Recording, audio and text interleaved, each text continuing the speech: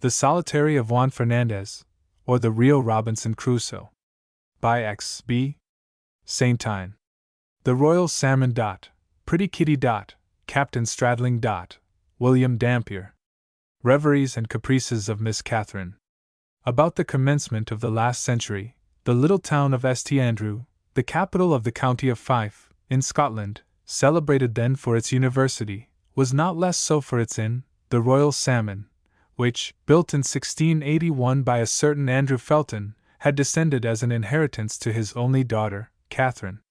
This young lady, known throughout the neighborhood under the name of Pretty Kitty, had contributed not a little, by her personal charms, to the success and popularity of the inn.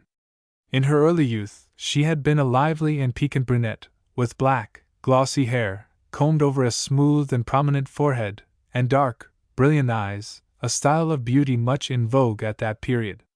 Though tall and slender in stature, she was, as our ancestors would have said, sufficiently en bon point. In fine, Kitty merited her surname, and more than one laird in the neighborhood, more than one great nobleman even, thanks to the familiarity which reigned among the different classes in Scotland, had figured occasionally among her customers, caring as little what people might say as did the brave Duke of Argyll, whom Walter Scott has shown as conversing familiarly with his snuff merchant. At present Catherine Felton is in her second youth. By a process common enough, but which at first appears contradictory, her attractions have diminished as they developed. Her waist has grown thicker, the roses on her cheek assumed a deeper vermilion, her voice has acquired the rough and hoarse tone of her most faithful customers. The slender young girl is transformed into a virago. Fortunately for her, at the commencement of the 18th century, and especially in Scotland, reputations did not vanish as readily as in our days. Notwithstanding her increasing size and coarser voice, Catherine still remained Pretty Kitty, especially in the eyes of those to whom she gave the largest credit. Besides, if from year to year her beauty waned, a circumstance which might tend to diminish the attractions of her establishment, like a prudent woman she took care that her stock of ale and usquebaugh should also from year to year improve in quality, to preserve the equilibrium. Undoubtedly the visits of lairds and great noblemen at her bar were less frequent than formerly, but all the tradespeople in town, all the sailors in port, from the Gulf of Tay to the Gulf of Forth, still patronized the pretty landlady. Meanwhile Catherine was not yet married. The gossips of the town were surprised. Because she was rich and suitors were plenty, they fluttered around her constantly in great numbers, especially when somewhat exhilarated with wine. When their gallantry became obtrusive, Kitty was careful not to grow angry. She would smile, and lift up her white hand, tolerably heavy, till the offenders came to order. Catherine possessed in the highest degree the art of restraining without discouraging them, and always so as to forward the interests of her establishment. To maintain the discipline of the tavern, nevertheless, the presence of a man was desirable. She understood this. Besides, the condition of an old maid did not seem to her at all inviting, and she did not care to wait the epoch of a third youth before making a choice. But what would the unsuccessful candidates say? Would not this decision be at the risk of kindling a civil war, of provoking perhaps a general desertion? Then, too, accustomed as she was to command, the idea of giving herself a master alarmed her. She was vacillating amid all these perplexities, when a certain sailor, with cold and reserved manners, whose face bore the mark of a deep saber cut, and who had for some time past frequented her inn with great assiduity, without ever having addressed to her a single word, took her aside one fine morning and said, "Listen to me, Kate, and do not reply hastily. I came here, not like many others, attracted by your beautiful eyes, but because I wished to obtain recruits for an approaching voyage which I expected to undertake at my own risk and peril. I do not know how it has happened, but I now think less about sailing. I seem to be stumbling over roots. Right or wrong, I imagine that a good little wife, who will fill my glass while I am tranquilly smoking my pipe before a blazing fire, may have as many charms as the best brig in which one may sometimes perish with hunger and thirst. Right or wrong, I imagine to myself again that the prattle of 2 or 3 little monkeys around me may be as agreeable as the sound of the wind howling through the masts, or of Spanish balls whistling about one's ears. All this, Kate, signifies that I mean to marry, And who do you suppose has put this pretty whim into my head? Who but yourself? Catherine uttered an exclamation of surprise, perfectly sincere, for if she had expected a declaration, it was certainly not from this quarter. Do not reply to me yet, hastily resumed the sailor. He who pronounces his decree before he has heard the pleader and maturely reflected on the case, is a poor judge. To continue then. You are no longer a child, Kate, and I am no longer a young man. You are approaching 30. At these words the pretty Kitty made a gesture of surprise and of denial. Do not reply to me, repeated the pitiless sailor. You are 30. I have already passed another barrier, but not long since. We are of suitable age for each other. The man should always have traversed the road before his companion. You are active and genteel. That does very well for women. You have always been an honest girl. That is better still. As for me, my skin is not so white as yours, but it is the fault of a tropic Sunday. It is possible that I may be a little disfigured by the scar on my cheek, but of this scar I am proud. I had the honor of receiving it, while boarding a vessel, from the hand of the celebrated Jean Bart, who, after having on that occasion lost a fine opportunity of being honorably killed, has just suffered himself to die of a stupid pleurisy. But it is not of him, but of myself that we are now to speak. After having fought with Jean Bart, I have made a voyage with our not less celebrated William Dampier, whom I may dare call my friend. You may therefore understand, Kate, that if you have the reputation of an honest girl, I have that of a good sailor. The name of Captain Stradling is favorably known upon 2 oceans, and it will be to your credit, if ever, with your arm linked in mine, we walk as man and wife, through any port of England or Scotland. I have said. Now look, reflect, if my proposition suits you, I will settle for life on terra firma, and bid adieu to the sea. If not, I resume my projected expedition, and it will be to you, Kate, that I shall say adieu. Catherine opened her mouth to thank him, as was suitable, for his good intentions. Do not reply to me, interrupted he again. In 3 days I will come to receive your decision. And he went out, leaving her amazed at having listened to so long a speech from one, who until then, seated motionless in a distant corner of the room, had always appeared to her the most rigid and silent of seamen. That very day Catherine has come to a decision concerning the captain. She thinks him ugly and disagreeable, coarse and ignorant. He has dared to tell her that she is 30 years old, and she will hardly be so at St. Valentine's Day, which is 6 weeks ahead, at least. Besides the scar which he has received from the celebrated Jean Bart, his countenance has no beauty to boast of. His face is long and pale, his temples are furrowed with wrinkles, and his lips thick and heavy. His eyebrows, at the top of his forehead, seem to be lost in his hair. His eyes are not mates, his nose is one-sided. His form is perhaps still worse, he walks after the fashion of a duck. Fie! Can such a man be a suitable match for the rich landlady of the Royal Salmon, for the beautiful Kitty, for her who, among so many admirers and lovers, has had but the difficulty of a choice? The next day towards nightfall, Catherine, seated in her bar, in the large leathern armchair which served as her throne, with dreamy and downcast brow, and chin resting on her hand, was still thinking of Captain Stradling, but her ideas had assumed a different aspect from those of the evening before. She was saying to herself, if he has thick and heavy lips, it is because he is an Englishman. If he walks like a duck, it is because he is a sailor. If he has taken me to be 30 years old, that proves simply that he is a good physiognomist, and I shall have one painful avowal the less to make after marriage. As for his scar, he has 1,000 reasons to be proud of it, and upon close examination, it is not unbecoming. It would be very difficult for me to choose a husband, on account of the discontented suitors who will be left in the lurch. But I will relinquish my business, and that will put an end to all inconvenience. He is rich, so much for the profit. He is a captain, so much for the honor. Come, come, Mistress Stradling will have no reason to complain. At this moment, Catherine Felton could meditate quite at her ease, without fear of being noticed, for the tobacco smoke, 3 times as dense and abundant as usual, enveloped her in an almost opaque cloud. There was this evening a grand fete at the tavern of the Royal Salmon. The concourse of customers was immense, and this time, it was either the beauty of the hostess, nor the quality of the liquors which had attracted them thither.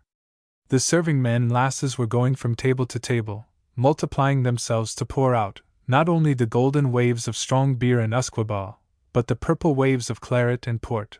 All faces were smiling, all eyes sparkling, and in the midst of the huzzas and divas, was heard, with triple applause, the name of William Dampier.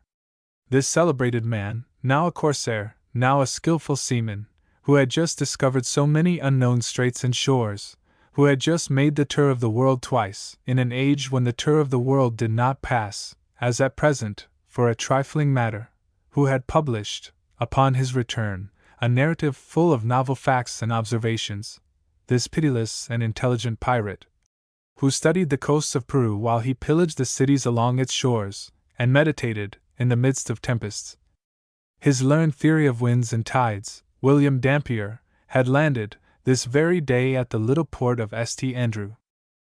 At the intelligence of his arrival, the whole maritime population of the coast was in commotion. The society of the old pilots, with that of the sea dogs, had sent to him deputations, headed by the principal shipowners in the town.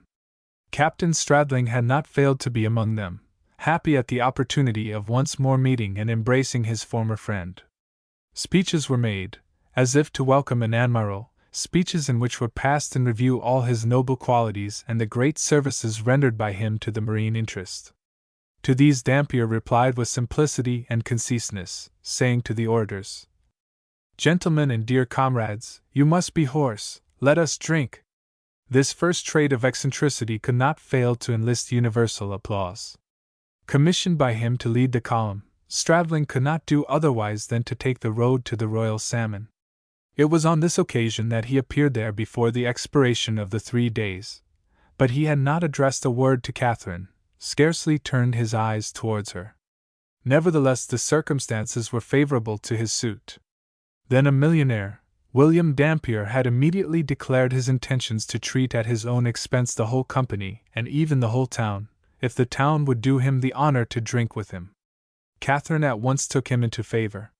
When she heard him praise his friend and companion, the brave Captain Stradling, she felt for the latter, not an emotion of tenderness, but a sentiment of respect and even of goodwill.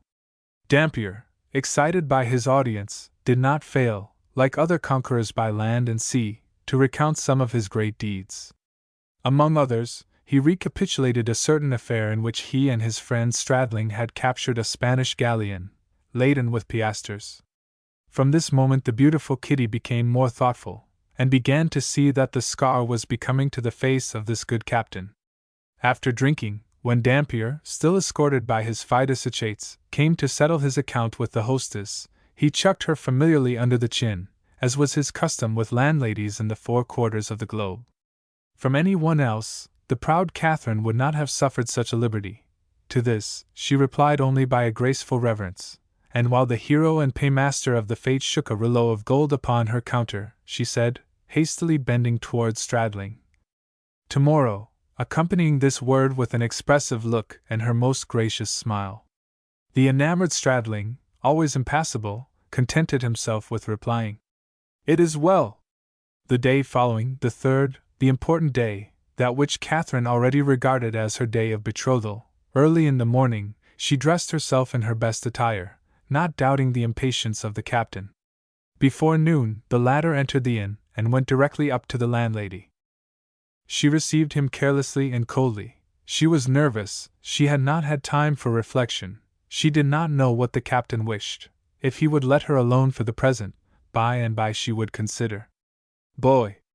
A new pipe and some ale," exclaimed Stradling, addressing a waiter. And perfectly calm in appearance, he sauntered to his accustomed place at the farther end of the barroom. However, before leaving the Royal Salmon, approaching Catherine, he said, "Yesterday, by your voice and gesture you said, or almost said, yes, we sailors know the signals. Today it is no, or almost no. Very well, I will wait. But reflect, my beauty, we are either of us young enough to lose our time in this foolish game." But what had thus unexpectedly changed, from white to black, the good intentions of Catherine in the captain's behalf? The presence of a young boy whom she had not seen for many years, and towards whom she had, until then, felt only a kindly indifference. Chapter 2. Alexander Selkirk. The College. First Love. 8 years of absence. Maritime combats. Return and departure. The Swordfish. Alexander Selkirk, the name of the principal personage in this narrative, was born at Largo, in the county of Fife, not far from St. Andrew. Entered as a pupil in the university of the town, he at first distinguished himself by his aptitude and his intelligence, until the day when, hearing of the beauty of the landlady of the Royal Salmon, he was seized with an irresistible desire to see her. He saw her, and became violently enamored. It was one of those youthful passions, springing rather from the effervescence of the age, than from the merit of the object, one of those sudden ebullitions to which the young recluses of science are sometimes subject, from a prolonged compression of the natural and affectionate sentiments. From this moment, all the words in the Greek and Latin dictionaries, all the principles of natural philosophy, mathematics, and history, suddenly taken by storm, whirled confusedly and pell-mell in the head of Selkirk, like the elements of the world in chaos, before the day of creation. His professors had predicted that at the annual exhibition he would obtain 6 great prizes. He obtained not even a premium. As a punishment, he was required to remain within the college grounds during the vacation. But its gates were not strong enough, nor its walls high enough to detain him. Condemned, for the crime of desertion, to a classic imprisonment, he was shut up in a cellar. He escaped through the window. In a garret, he descended by the roof. Then, pronounced incorrigible, he was expelled from the university. He left it joyous and happy, escaped from the tutor commissioned to conduct him to his father, and at last wholly free, his own master, he took lodgings in a cabin, not far from the Royal Salmon, and thought himself monarch of the universe. As soon as the doors of the inn were opened, he penetrated there with the earliest fogs of morning, with the first beams of day. In the evening he was the last to cross the threshold, after the extinction of the lights. All day long, seated at a little table opposite the bar, between a pipe and a pewter pot, he watched the movements of Kitty, and followed her with admiring eyes. Catherine was not slow to perceive this new passion, but she was accustomed to admiring eyes, and therefore paid but little heed to them. She was then at the age of 22, in all the glory of her transient royalty. He, scarcely 16, was in her eyes a boy, a raw and awkward boy, like almost all the other students, and she contented herself with now and then bestowing a slight smile upon him, in common with her other customers. But this mechanical smile, this half-extinguished spark, did but increase the flame, by kindling in the young man's soul a ray of hope. At this age, passion has not yet an oral language. It is in the heart, in the head especially, but not on the lips. One comprehends, experiences, dreams, writes of love in prose and verse, but does not talk of it. Selkirk had 20 times attempted to confess his affection to Catherine. He had as yet succeeded only in a few simple and hasty meteorological sentences, on the rain and fine weather. He therefore wrote. Unfortunately, Catherine could not easily read writing. She applied to him to interpret his letter. This was a hard task for the poor boy, who, with a tremulous and hesitating voice, saw himself forced to stammer through all that burning phraseology which seemed to congeal under the breath of the reader. The result, however, was that Catherine became his friend. She encouraged his confidence, and gave him good advice as an elder sister might have done. She even called him by the familiar name of Sandy, which was a good omen. Meanwhile his scanty resources became exhausted. He had no longer means to pay for the pot of ale which he consumed daily. The idea of asking credit of his beloved, of opening with her an account, which he might never have means to pay, was revolting to him. On the other hand, the thought of returning home, and asking pardon of his father, was not less repugnant to his feelings. He was endowed with one of those haughty and imperious natures which recognize their faults, not to repair them, but to make of them a starting point, or even a pedestal. He was rambling about the port, reflecting on his unfortunate situation, when he heard mention made of a ship ready to set sail at high tide, and which needed a reinforcement of cabin boys and sailors. This was for him an inspiration. He did not hesitate, he hastened to engage. That very evening he had gained the open sea, beyond the Isle of May, and with his eyes turned towards the bay of St. Andrew, was attempting, in vain, to recognize among the lights which were yet burning in the city, the fortunate lantern which decorated the sacred door of the Royal Salmon. At present, Alexander Selkirk is 24 years old. He has become a genuine sailor, and he loves his profession. The sea is now his beautiful kitty. Besides, it is long since he has troubled himself about his heart. It is empty, even of friendship, for, among his numerous companions, the proud young man has not found one worthy of him. After having served 2 years in the merchant marine, he has entered the navy. Thanks to the war kindled in Europe for the Spanish succession, he has for a long time cruised with the brave Admiral Rooke along the coasts of France. With him, he has fought against the Danish in the Baltic Sea, and in 1702, in the capacity of a master pilot, figured honorably in the expedition against Cadiz, and in the affair of Vigo. Finally, under the command of Admiral Dilkes, he has just taken part in the destruction of a French fleet. But all these expeditions, rather military than maritime, and circumscribed in the narrow circle of the seas of Europe, have not satisfied the vast desires of the ambitious sailor. He experiences an invincible thirst to apply his knowledge, to exercise his intelligence on a larger scale. He is impatient for a long voyage, a voyage of discovery. The terrific hurricane of the 27th of November, 1703, which drove the waves of the Thames even into Westminster Hall, and covered London almost entirely with the fragments of broken vessels, appeared to Selkirk a favorable occasion for asking his dismissal. He easily obtained it. So many sailors had just been thrown out of employment by the hurricane. Once more, the undisciplined scholar found himself free and his own master. He profited by this to pay a visit to his birthplace in Scotland. His father was dead, but he had some business to regulate there. On reaching Largo, he learned the arrival of William Dampier at St. Andrew. He set sail for that port immediately. "Ah," said he on his way, "if this brave captain should be about to undertake a voyage to the New World, and will let me accompany him, no matter in what capacity, all my wishes will be gratified. I thirst to see tattooed faces, other trees besides beeches, oaks and firs, other shores than those of the Baltic, Mediterranean and Atlantic. Who knows whether I may not aid him in the discovery of some new continent, some unknown island which shall bear my name?" And cradled by the wave in the frail canoe that bore him, he dreamed of government, perhaps of royalty, in one of those archipelagos which he imagined to exist in the bosom of the distant southern seas, long afterwards explored by Cook, Bougainville, and Vancouver. Once in port, he hastened to inquire for the dwelling occupied by Dampier. The latter was absent. He was in the harbor.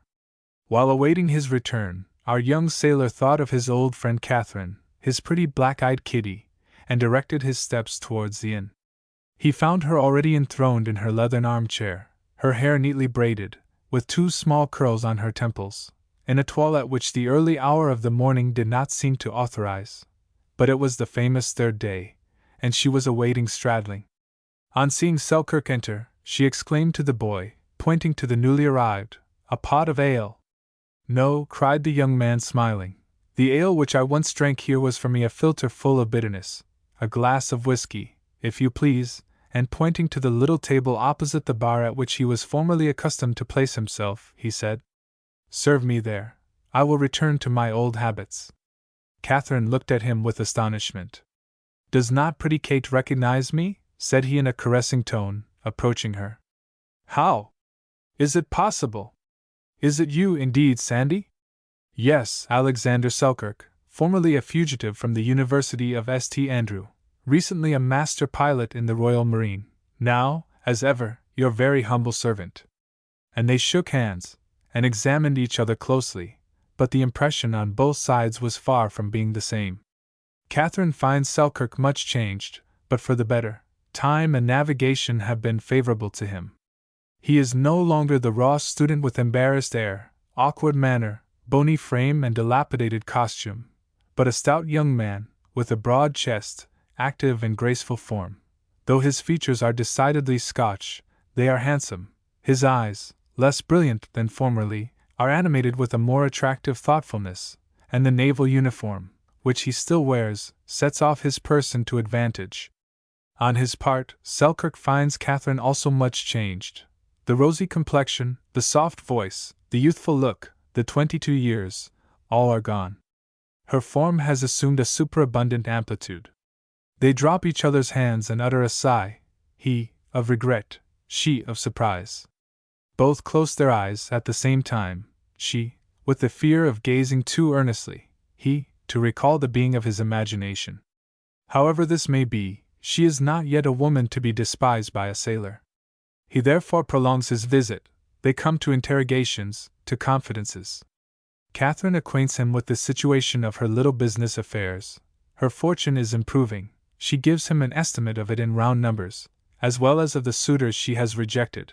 But she does not mention Captain Stradling, whose arrival she yet fears every moment.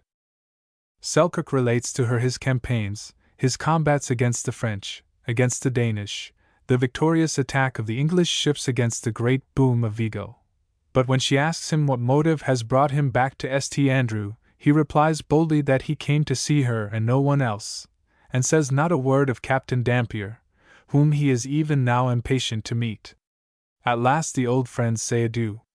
Then the gallant sailor, with an apparent effort, goes away, not forgetting, however, to drink his glass of whiskey.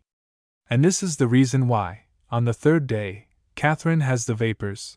This is the reason why, notwithstanding her soft words of the evening before and her grand morning toilette, she receives so coldly the scarred adversary of the celebrated Jean Bart. During the whole of the week following, Stradling, Dampier and Selkirk did not fail to meet at the Royal Salmon. Selkirk came to see Dampier. Dampier came to see Stradling. Stradling came to see Catherine Felton. The latter thought the young man already knew the two others, that he had sailed with them, and was not surprised at their intimacy. Sometimes Selkirk, leaving his companions in the midst of their bottles and glasses, would describe a tangent towards the counter, and come to converse with the pretty hostess. He no longer felt love for her, and notwithstanding this, perhaps for this very reason, he now talked eloquently. Kitty blushed, was embarrassed, and poor Captain Stradling, listening with all his ears to the narratives of his illustrious friend William Dampier, or preoccupied with his pipe, lost in its cloud, saw nothing, or seemed to see nothing. Nevertheless, one evening, he went, in his turn, to lean on the counter. "Kate," said he, "when is our marriage to take place?" "Are you thinking of that still?" replied she, with an air of levity which would once have become her better. "I hope this fancy had passed out of your head." "I may then set out on my voyage, Kate?" "Why not? We will talk of our plans on your return. But I am going to make the tour of the world, as well as my friend Dampier." "Kate, it is the affair of 3 years." "So much the better. It will give us both time for reflection." "It is well," replied the phlegmatic Englishman, and nothing on his polar face betokened an afterthought. The doors closed, the lights extinguished, Catherine retired to rest the happiest woman in the world. She said to herself, "Alexander loves me, and has loved me for 8 years. He deserves to be rewarded. He has less money than the other, it is a misfortune, but he has more youth and grace, that balances it. As to rank, a master pilot of 24 is as far advanced as a captain of 40. Between Selkirk and myself, if the wealth is on my side, on his will be gratitude and little attentions. At all events, I prefer a young husband who will whisper words of love in my ear, to amusing myself by pouring out drink for my lord and master, while he smokes his pipe, with his feet on the brands." Was it not thus that Icicle, dressed in blue, called Stradling, talked to me of the pleasures of marriage? And what a name! But Mistress Selkirk, that sounds well. In our Scotland, there is the county of Selkirk, the town of Selkirk. There is even a great nobleman of this name, who is something like minister to our Queen and, I believe. Who knows? We are perhaps of his family. As for walking about the port arm in arm with a captain, I am sure my very dear friends and neighbors would die with jealousy if I took, instead of this scarred captain, a young and handsome man. It is settled. I will marry Alexander. Tomorrow I will myself announce it to him. I hope he will not die of joy. On the morrow she attired herself as on the day of Selkirk's return, in her beautiful dress of cloth and silk, with the two little curls upon her temples. She thus waited a great part of the day. At last, about 4 o'clock, Selkirk arrives in haste, his face beaming with joy, and a gleam of triumph in his eye. Has he then, thought Catherine, a presentiment of the happiness in store for him? Congratulate me, pretty Kitty, said the young man, almost out of breath. I am appointed mate of the brig Swordfish, which I am to join at Dunbar. How? You are going? In an hour. For a long time? For 3 years at least. In a fortnight we set sail for the East Indies. It will be a great commercial voyage and a voyage of discovery. Unfortunately, William Dampier does not accompany us, but he furnishes funds to the brave Captain Stradling. Stradling? Yes, it is he who has just engaged me, and with whom I am to sail. Our agreement is signed. I am mate. I am going to explore the New World. Ah! I would not exchange my fate for that of a king. But time presses. Adieu, Kitty, till I see you again. 3 years, murmured Catherine, and her curls grew straight beneath the cold perspiration that covered her forehead. Chapter 3. The Tour of the World. The Way to Manufacture Negroes, California. The Eldorado. Revolt of Selkirk. The Logbook. Degradation. A Free Shore.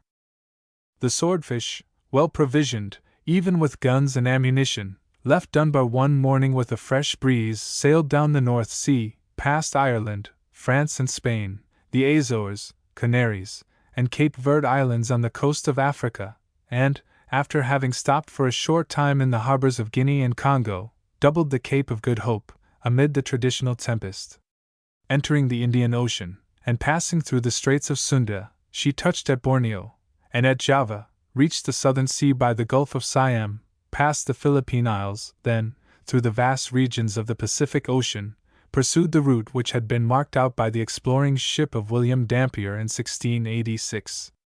Like that, the Swordfish remained a few days at the island of St. Pierre, before launching into that immensity where, during nearly 2 months, wave only succeeded to wave.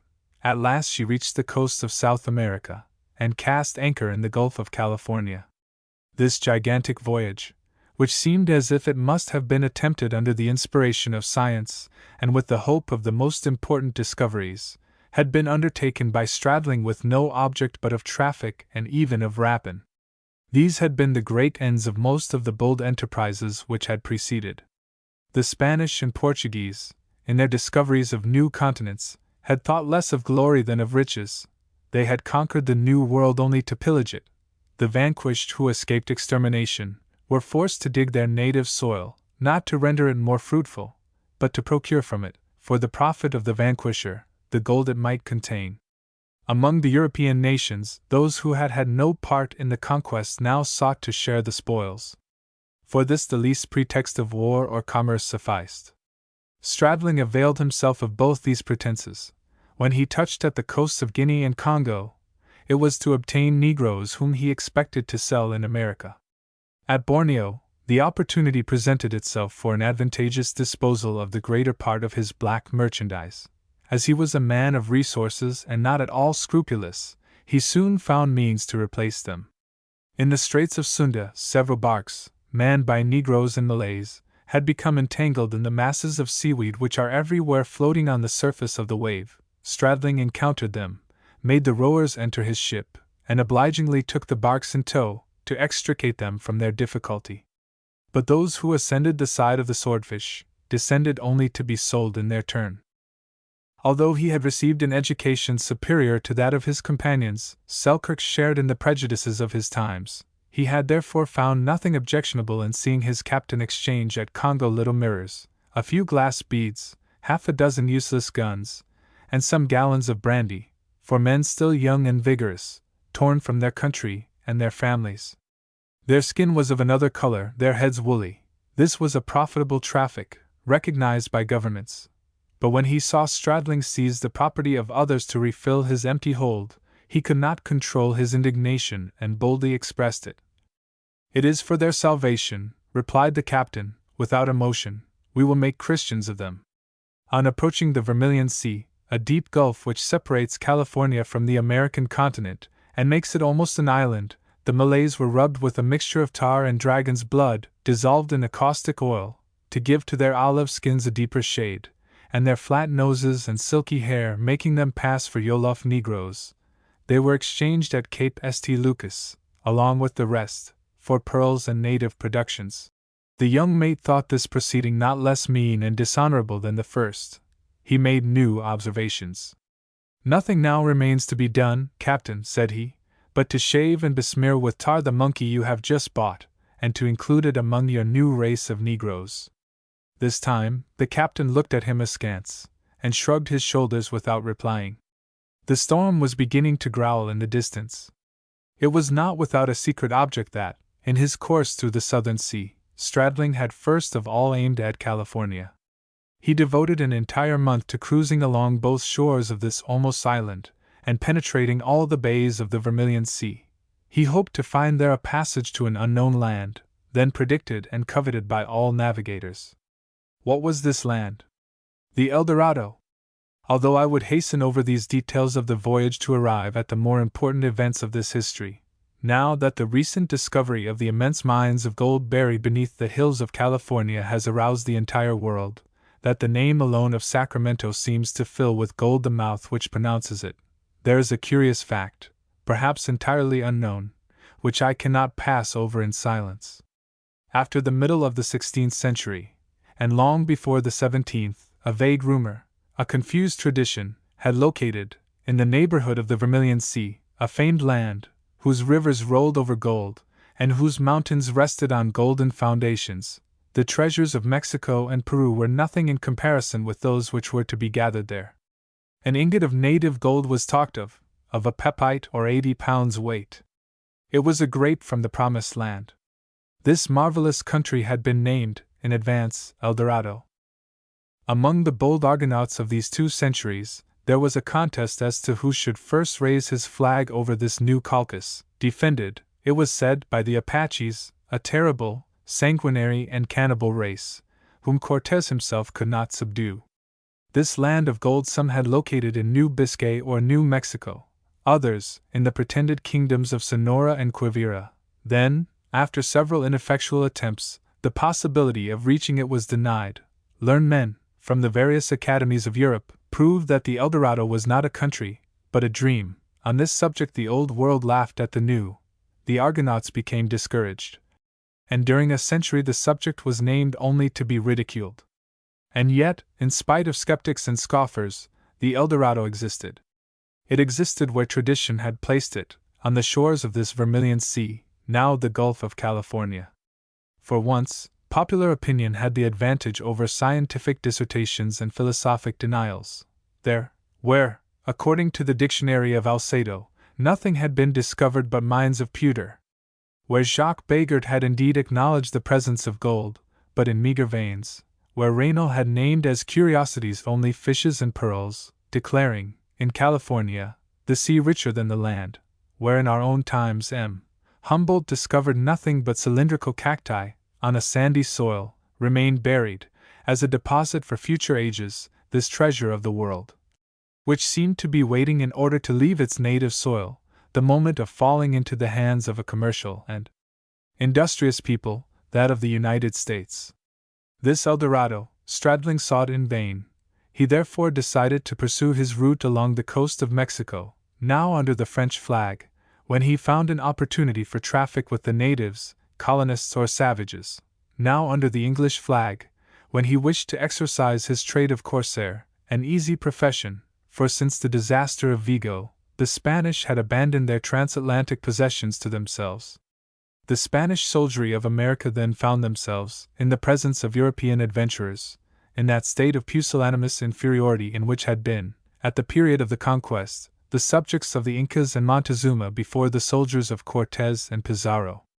The time was not already far past, when a few bands of freebooters, from France, England, and Holland, had well nigh wrested from His Majesty, the King of Spain and the Indies, the most extensive and wealthy of his 22 hereditary kingdoms. Stradling was following in the footsteps of these freebooters. Recently, 2 little cities on the coast had been put under contribution for the supplies of the swordfish. There had been resistance, a threatened attack, a parley, and capitulation. In this affair, the young mate had nobly distinguished himself both as a combatant and a negotiator, and yet the captain had not deigned to give him a share in his distribution of compliments. Selkirk felt an irritation the more lively that this shore life began to be irksome. Not that his conscience disturbed him any more than in the treatment of the blacks. He thought it as honorable to war with the Spaniards in the New World as to be beaten by them in the Old. But he compared his present chief, Captain Stradling, with his former commander, the noble and brave Admiral Rooke. The parallel extended in his mind to his old companions in the Royal Navy, all so frank, so gay, so loyal, among whom he had yet never found a friend, and his new companions of today, recruited for the most part in the marshy lowlands of the merchant marine of Scotland. His thoughts became overshadowed, and his desires for independence, which dated from his college life, returned in full force. As much as his duties permitted, he loved to isolate himself from all. When he could remain some time alone in his cabin, or gaze upon the sea from a retired corner of the deck and watch the ploughing of the vessel, then only he was happy. As if to increase his uneasiness, Stradling became daily more severe and more exacting towards his chief officer. He imposed upon him rude labors foreign to his station. It seemed as if he were determined to drive him to desperation. He succeeded. Selkirk protested against such treatment, and recapitulated his subjects of complaint. The other paid no more attention than he would have done to the buzzing of a fly.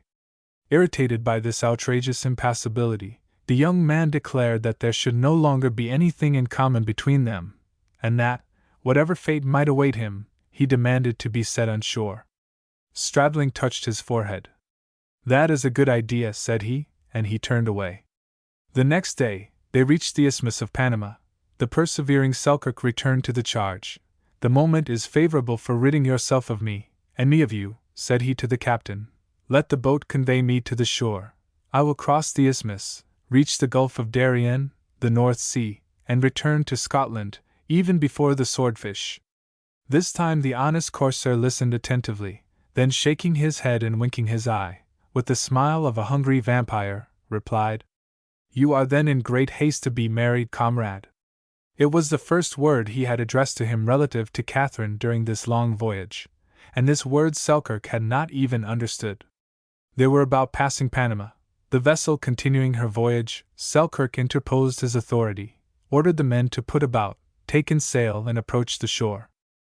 This Stradling prohibited, uttered a formidable oath, and commanded the young man to bring the logbook. When it was brought, he made the following entry: "Today, September 24, 1704, Alexander Selkirk, mate of this vessel, having mutinied and attempted to desert to the enemy, we have deprived him of his title and his office. In case of obstinacy we shall hang him to the yardarm." And he read the sentence to the offender. From this day, the rebel saw himself compelled to serve in the Swordfish as a simple sailor, and his subordinates of yesterday, today his equals, indemnified themselves for the authority he had exercised over them, which did not cure him of that native contempt he had always felt for mankind. A month passed away thus, during which the Swordfish several times touched the shores of Peru, now to renew her supplies of provisions and water, now to exchange with the Indians nails, hatchets, knives, and necklaces of beads, for gold dust, furs, and garments trimmed with colored feathers. During one of these pauses, Selkirk, left on the ship, accosted the captain once more. He knew that the remains of some bands of freebooters were colonized there, leading a peaceful and agricultural life. This fact was known to all. At Coquimbo in Chile, some English and Dutch pirates had formed a settlement of this kind, now in the full tide of prosperity.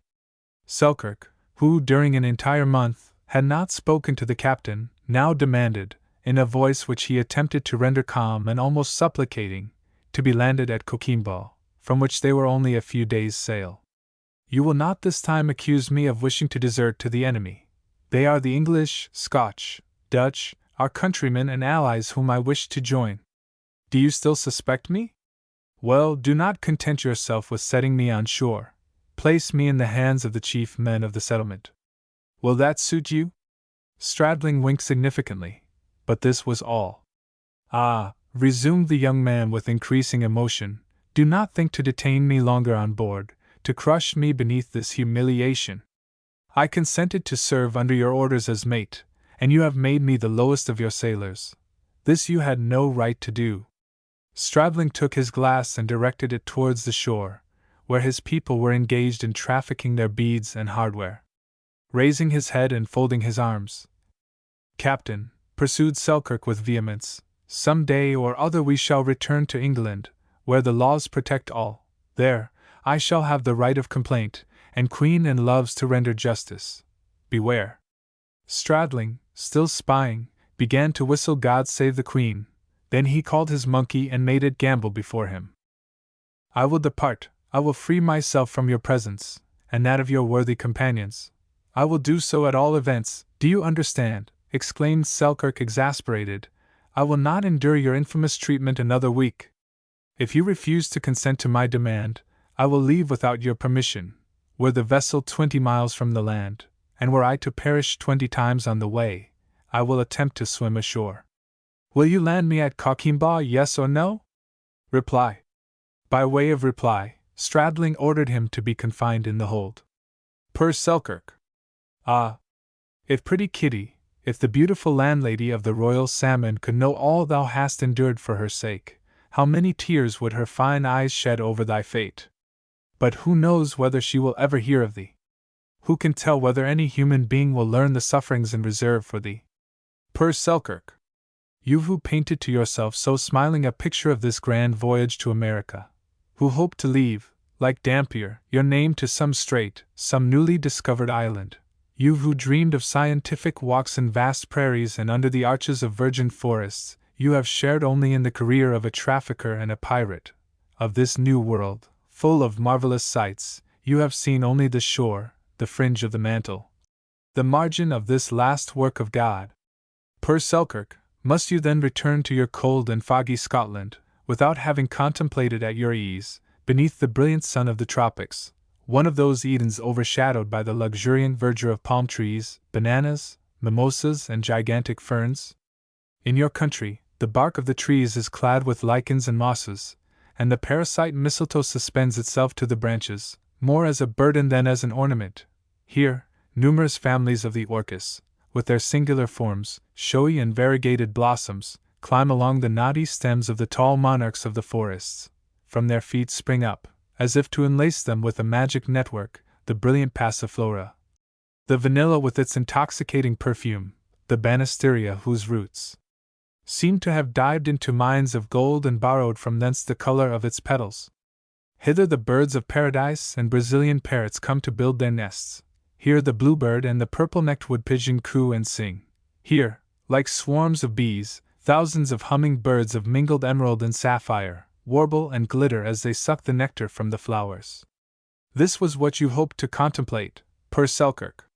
And this joy, like many others, is henceforth forbidden.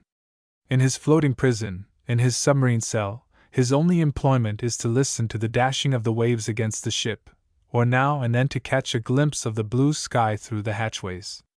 What cares he? He does not complain. He has learned to abhor mankind, and he loves to be alone, in company with himself and his own thoughts. Several days passed in this manner. One morning he felt the brig slacken its speed, the dashing of the wave against the prow diminished, and the swordfish, suddenly furling its sails, after having slightly rocked hither and thither, stopped. They had just cast anchor. Where? He knows not. Soon he hears the rattling of the rope ladder which serves as a stairway to those above who would communicate with his prison. They come, on the part of the captain, to seek him. He finds the latter seated on the deck, surrounded by his principal men. Young man, said Stradling, I have been obliged to be severe for the sake of an example, but you have been sufficiently punished by the time you have passed below there, and he pointed to the ship's hold. Now your wish shall be granted. You shall be allowed to land. And the rare smile which sometimes hovered on his lips stole over his rigid face. So much the better, replied Selkirk, laconically. The boat was let down, he entered it, and 10 minutes afterwards disembarked on a green shore, where the waves, as they broke upon it, seemed to murmur softly in his ear the word, Liberty. The boat immediately rejoined the ship, which set sail, coasted along Chile and Patagonia, and re-entered the northern sea by the Straits of Magellan. Chapter 4. Inspection of the country. Miramonda. A city seen through the fog. The sea everywhere. Dialogue with the toucan. The first shot. Declaration of war. Vengeance. A terrestrial paradise. While watching the departure of the swordfish, Alexander Selkirk felt the same sensation as on that day when he had seen the doors of the College of St. Andrew thrown open for his exit. Once more he was his own master. Now, however, it is at some thousands of miles from his country that he must reap the benefits of his independence, and this idea embitters his emotions of joy. But is he not about to find countrymen at Coquimbo? And if their society should be unpleasing? If their habits, their mode of life, their persons, should become objects of antipathy to the misanthropic Selkirk, as it is but natural to fear? Well, after all, no engagement binds him to them. He will be always free to enter, in the capacity of a sailor, the first vessel which may leave for Europe. Determined to act as shall seem good to him, to make some excursions into the interior of the continent, if an opportunity presents itself, and he will know how to make one, he casts a first glance at the land of his adoption. Before him extends a vast shore, studded with groves of trees, covered with fine turf and little flowers joyfully unfolding their petals to the sun. Two streams, having their source at the very base of the opposite hills, after having meandered around this immense lawn, unite, almost at his feet. He bends down to one of these streams, fills the hollow of his hand with water, and tastes it, as a libation, and as a toast to the generous land which has just received him. The water is excellent. He plucks a flower, and continues his inspection. On his left rise high mountains, terraced and verdant, excepting at their summits, on one of which he perceives a goat, with long horns, stationed there immovable like a sentinel, and whose delicate profile is clearly defined on the azure of the sky. On the side towards the sea, the mountains, bending their grey and naked heads, resemble stone giants, watching the movements of the wave which dashes at their feet. On his right, where the land declines, he sees little valleys linked together with charming undulations, but on the mountains at his left, in the valleys at his right, among the hills in the distance, his eye vainly seeks the vestige of a human habitation. He sets out in search of one. The boat from which he landed has deposited on the shore his effects, his arms, his nautical instruments, his charts, a Bible, and provisions of various kinds. Notwithstanding his piratical sentiments, the captain of the Swordfish has not designed to precede exile by confiscation. Selkirk takes his gun, his gourd, but unable to carry all his riches, he conceals them behind a stony thicket, well defended by the darts of the cactus, and the sword-like leaves of the aloe, not caring to have the first comber seize them as his booty. As he is occupied with this duty, he feels himself suddenly clasped by two long hairy arms. He turns his head. It is Miramonda, the captain's monkey, a female of the largest species. How came she there? Selkirk does not know. Disgusted with her sea voyages, with the intelligence natural to her race, Miramonda has undoubtedly profited by the moment of the boat's leaving the ship to conceal herself in it and gain the shore along with the prisoner, which she might easily have done, unseen by all, during the transporting of the effects and provisions. However this may be, Selkirk begins by freeing himself from her grasp, repulses the monkey and sets out, but the latter perseveres in following, and after having, by her most graceful grimaces, sought to conciliate him, marches beside him. Not caring to arrive at Coquimbo escorted by such a companion, which would give him in a city the appearance of a mountebank and showman of monkeys, Selkirk, this time, repulses her rudely, not with his hand, but with the butt of his gun. Struck in the breast by this home thrust, the poor monkey stops, rolls up her eyes, moves her lips, and growling confusedly her complaints and reproaches, crouches beneath a tuft of the sapota, leaving the man to pursue his way alone. Selkirk has at first directed his steps toward the valleys. After having traversed these, he arrives at the margin of a sandy plain, and as far as the eye can reach, perceives neither city, village, house, tent nor hut, nothing which can indicate the presence of inhabitants. Nevertheless, a little grove which he has just traversed seems to have recently, in its principal path, passed under the shears of a gardener. The foliage presents a certain symmetry. Fragments of branches are strewed on the ground, which seem to have been freshly cut. He even thinks he sees vestiges of the passage of a flock. On the lawn of the shore, he has seen, and still sees around him, trees with tufted heads, which must owe this form to art. He continues his researches. At last, in the distance, beneath a fog which is just beginning to dissolve, he perceives a vast mass of white and red houses, some with terrace roofs, others covered with thatch. Through the humid veil which envelopes them, he sees the glistening of the glass in the windows. Already he hears at his feet the confused noise of cities. Murmuring voices reply. The measured sound of hammers and of mills even reaches his ear. It is Coquimbo. He cannot doubt it, and shortening his route by a path across the hill, he quickens his pace. Meanwhile an east wind arises, the fog disappears. When he thinks he has reached the suburbs of the city, Selkirk sees before him only an irregular assemblage of calcareous stones, crowned with dry herbs, or reddish, arid, angular rocks, flattened at their summits, tessellated with fragments of silex and mica, on which the sun is just pouring his rays. A company of goats, which the mist had condemned to a momentary repose, are bounding here and there, startling flocks of clamorous blackbirds and plaintive seagulls. The fearless and yellow-crested woodpeckers alone do not stir, but continue to hammer with their sharp beaks at some old stunted trees. The disenchantment is painful for our sailor. The fog has deceived him with the semblance of a city, as it has more than once deluded us in the midst of plains and woods, by the appearance of an ocean with its white waves, its great capes, its bold shores, and its vessels at anchor. Perhaps Coquimbo is still beyond. Fearing to lose himself if he ventures farther in an unknown land, he resolves to explore it first by a look.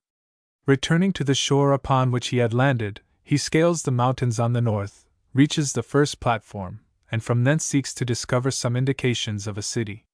Nothing. He still ascends, the circle enlarges around him, but with no better result. Summoning all his courage through 1,000 difficulties, climbing, drawing himself up by the arid and abrupt rocks, piled one upon another, he at last attains a culminating point of the mountain. He can now embrace with his eye an immense horizon, but this immense horizon is the sea. On his right, on his left, before him, behind him, everywhere the sea. He is not on the continent, but on an island. This evening, exhausted with fatigue, he lies down in a grotto at the foot of the mountain, where he passes a night full of agitation and anxiety.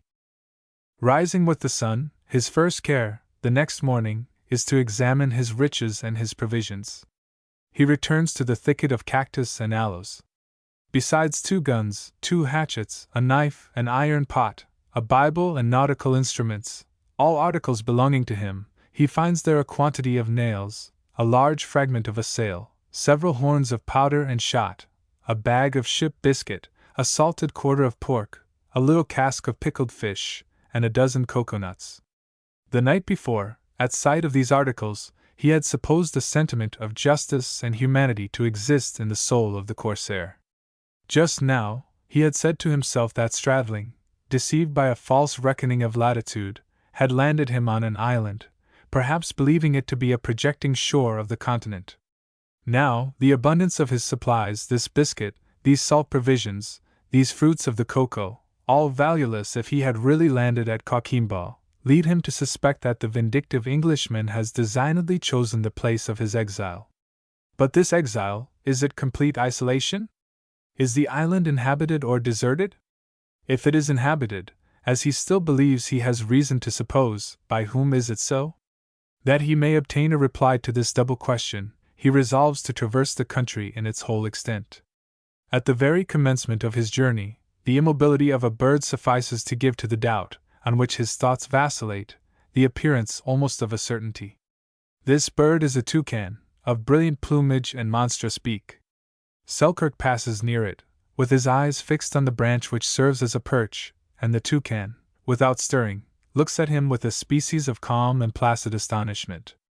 Selkirk stops. He comprehends the mute language of the bird.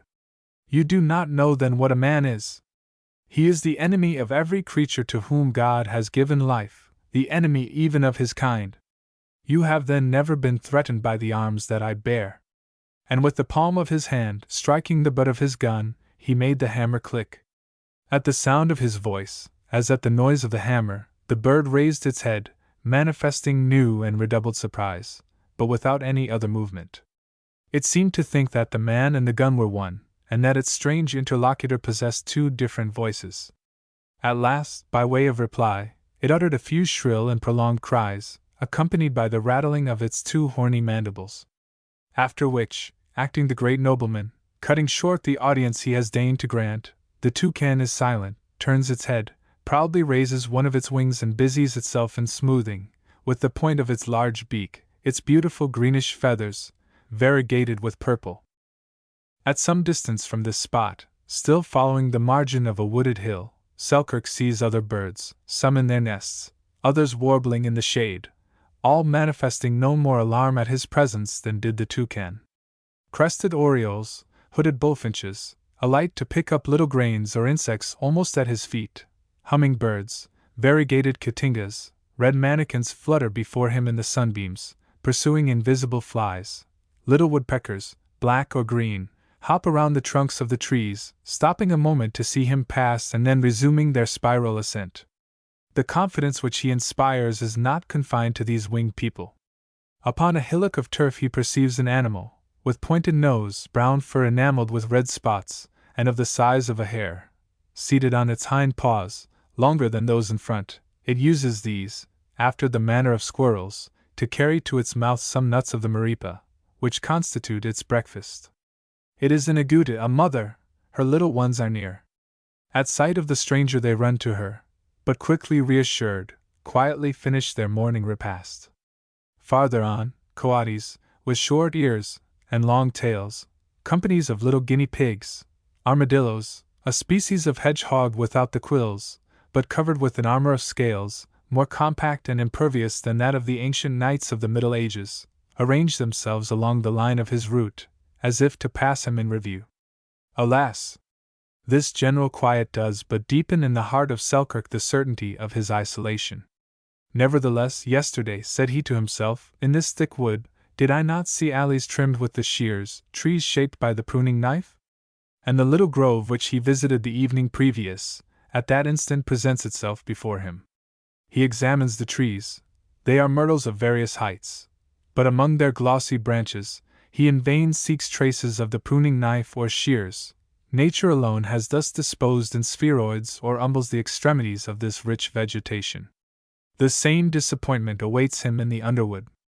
The only pruners have been goats, or other animals, daintily cropping the green shoots. Then only does the complete and terrible certainty of his disaster fall on him and crush him.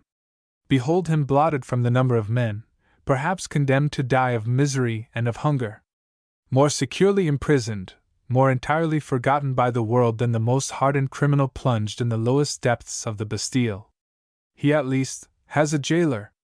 Miserable Stradling! At this moment he hears a noise above his head. It is the monkey. Marimonda, on her side, has also inspected the island. She has already tasted its productions. Whether she is satisfied with her discoveries, or whether forgiveness and forgetfulness of injuries are natural to her, on perceiving her old companion, wagging her head in token of goodwill, she descends towards him from the tree on which she is perched. But Marimonda is the captain's monkey. She has been his property, his favorite, his flatterer. In the disposition of mind in which Selkirk finds himself, he does not need these thoughts to make him pitiless. Marimonda reminds him of Stradling. The monkey shall pay for the man. He lowers his gun and fires. The monkey has seen the movement and divined his intentions. She has only time to retreat behind her tree, which does not prevent her receiving in her side a part of the charge.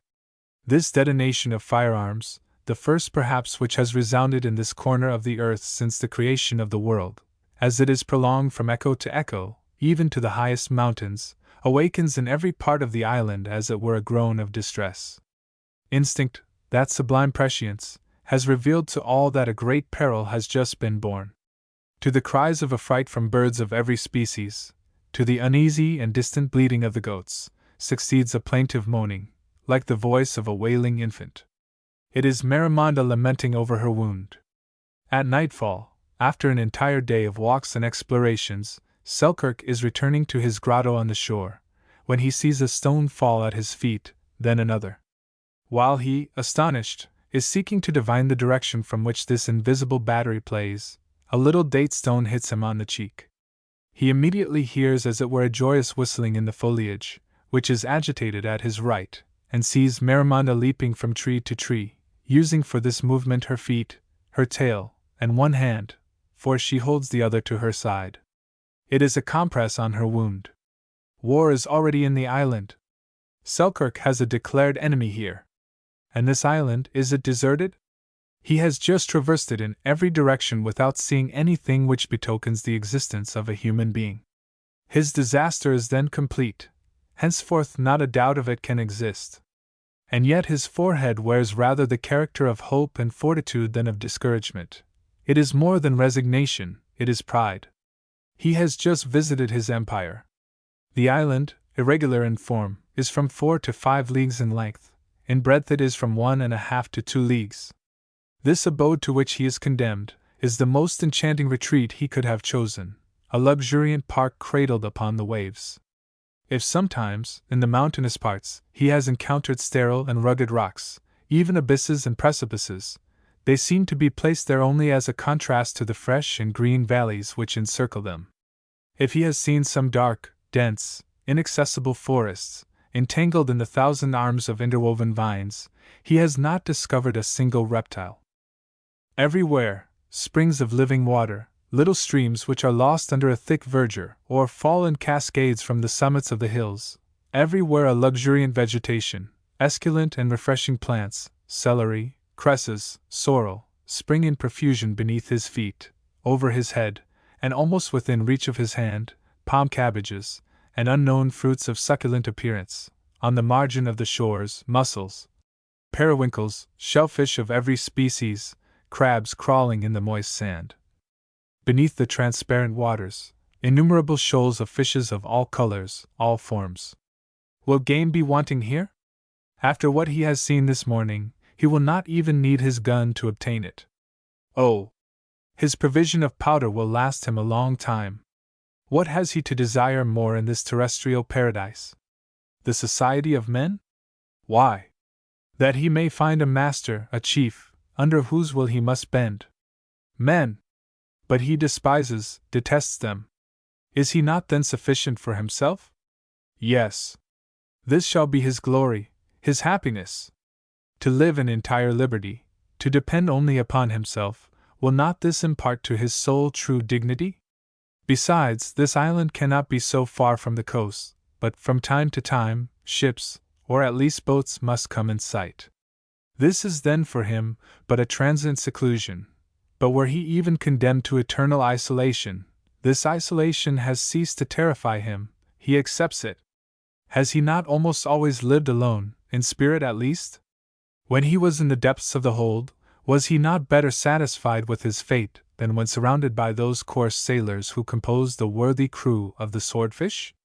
Today he is no longer the prisoner of Stradling, he is the prisoner of God. And this thought reassures him. A sailor, he has never loved but the sea. Well, the sea surrounds him, guards him. He has then only thanks to render to God. Arrived at his grotto, he takes his Bible, opens it, but the sun, suddenly sinking below the horizon, permits him to read only this passage on which his finger is placed: Thou shalt perish in thy pride. Chapter 5. Labors of the colonist. His study. Fishing. Administration. Selkirk Island. The new Prometheus. What is wanting to happiness? Encounter with Marimonda. Monologue. 3 months have passed away. Thanks to Selkirk, the shore which received him at his disembarkation presents today an aspect not only picturesque, but animated. The hand of man has made itself felt there. The bushes and tufts of trees which hid the view of the hills in the distance have been uprooted and cut down. Pretty paths, covered with gravel, wind over the vast lawn, one in the direction of the valleys at the right, another towards the mountains at the left. A third leads to a tall mimosa, whose topmost boughs and dense foliage spread out like a parasol. A wooden bench, composed of some round sticks, driven into the earth, with branches interwoven and covered with bark, surrounds it. A rustic table, constructed in the same manner, stands at the foot of the tree. This is the study and place of meditation of the exile. Here also he comes to take his meals, in sight of the sea. All three paths terminate in the grotto which Selkirk continues to make his residence. This grotto he has enlarged, quarried out with his hatchet, to make room for himself, his furniture, and provisions. He has even attempted to decorate its exterior with a bank of turf, and several species of creeping plants, trained to cover its calcareous nudity. At the entrance of his habitation rise 2 young palm trees, transplanted there by him, to serve as a portico. But nature is not always obedient to man. The vines and palm trees do not prosper in their new location, and now the long flexible branches of the one, and the broad leaves of the other, droop half withered above the grotto, which they disfigure rather than decorate. By constant care, and with the aid of his streams, Selkirk hopes to be able to restore them to life and health. He has imposed on his 2 streams another duty, that of supplying a bed of watercresses and a fish pond, both provident establishments, the first of which has succeeded perfectly. As for the second, his most arduous task has been, not to dig the fish pond, but to people it. For this purpose he has been compelled to become a fisherman, to manufacture a net. He has succeeded, with some threads from his fragment of a sail, the fibers of his coconuts, and tough reeds, woven in close meshes. Unfortunately those fine fishes, breams, eels and angelfish, which show themselves so readily through the limpid wave, are not as easy to catch as to see. Under the surface, almost at a level with the water, there is a ledge of rocks, upon which the net cannot be managed. After several fruitless attempts, he is obliged to content himself with the insignificant employment of fishing with a line. A nail flattened, sharpened and bent, performs the office of a hook. Success ensues, but only with time and patience. Fortunately the sea crabs allow themselves to be caught with the hand, and the fish pond does not long remain useless and deserted. Besides, has not our fortunate Selkirk the resource of hunting? The chase he had commenced generously, like a wise monarch, who wages war only for the general interest. It is true that, as it happens with most wise monarchs, his own private interest is also to be consulted, at least he thinks so. Wild cats existed in the island, destroying young broods, agoutis, and other small game.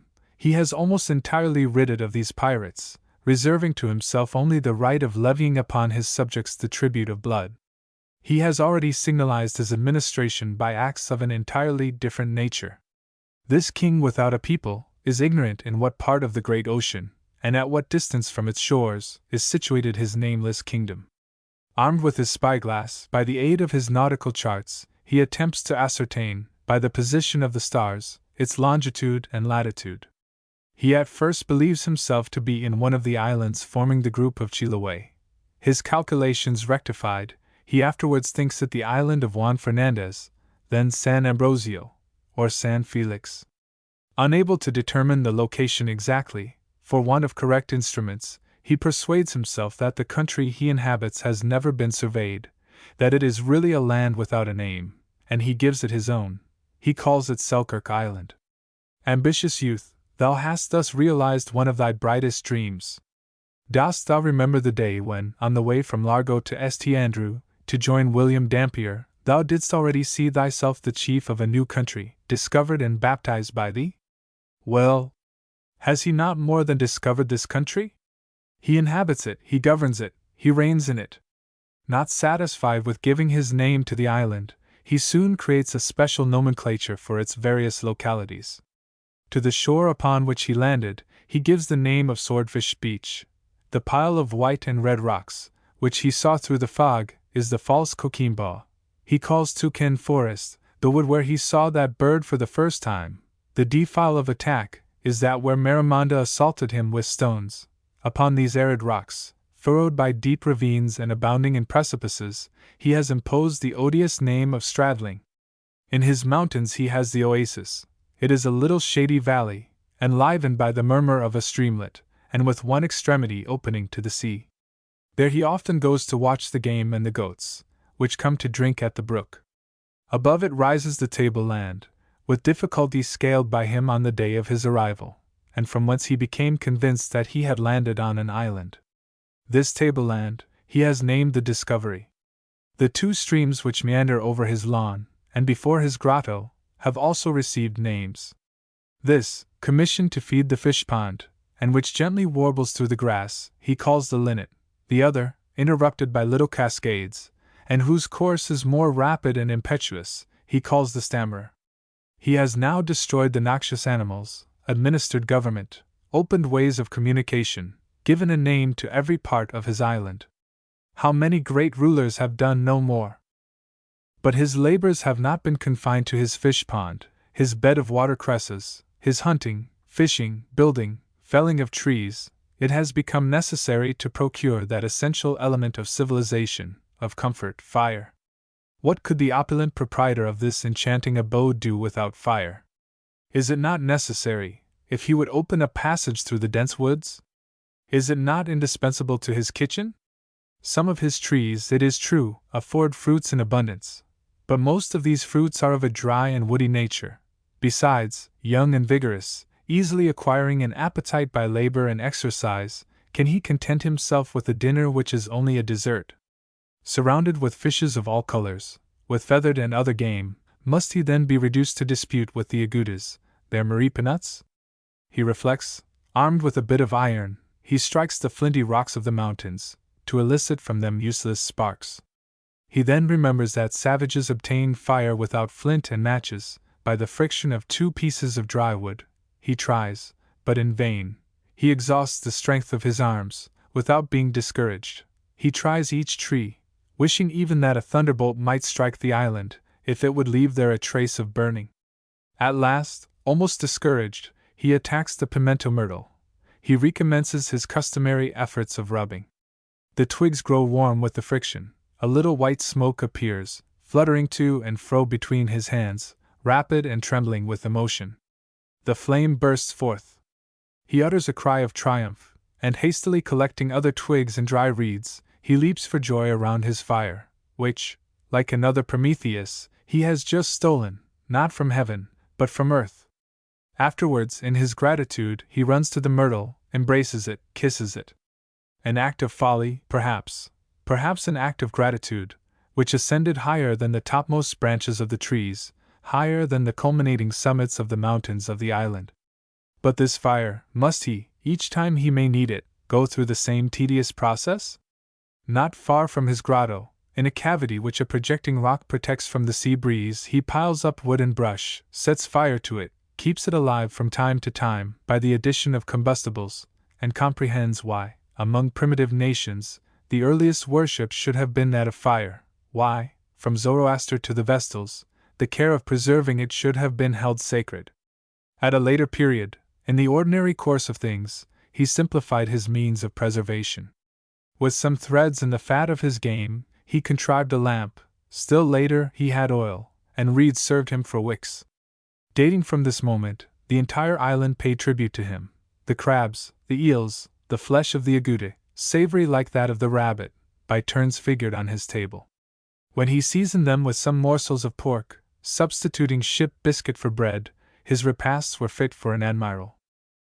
Although the goats had become wild, like the other inhabitants of the island, since all had learned the nature of man, and of the thunder, which he directed at his will, Selkirk still surprised them within gunshot. Not only was their flesh profitable for food, their horns, long and hollow, served to contain powder and other small articles necessary to his housekeeping. Of their skins he made carpets, coverings, and bags to protect his provisions from dampness. He even manufactured a game pouch, which he constantly carried when hunting. His salt fish, his biscuit, some well-smoked quarters of goat's flesh, and the productions of his fish pond, at present constitute a store on which he can live for a long time, without any care, but to ameliorate his condition. He is now in possession of all the enjoyments he has coveted, abundance, leisure, absolute freedom. And yet, his brow is sometimes clouded, and an unaccountable uneasiness torments him. Something seems wanting. His appetite fails, his courage grows feeble, his reveries are painfully prolonged. But, by mature reflection, he has discovered the cause of the evil. What is it that is so essential to his happiness? Tobacco. Our factitious wants often exercise over us a more tyrannical empire than our real ones. It seems as if we clung with more force and tenacity to this second nature, because we have ourselves created it. It originates in us. The other originates with God, and is common to all. Selkirk now persuades himself that tobacco alone is wanting to his comfort.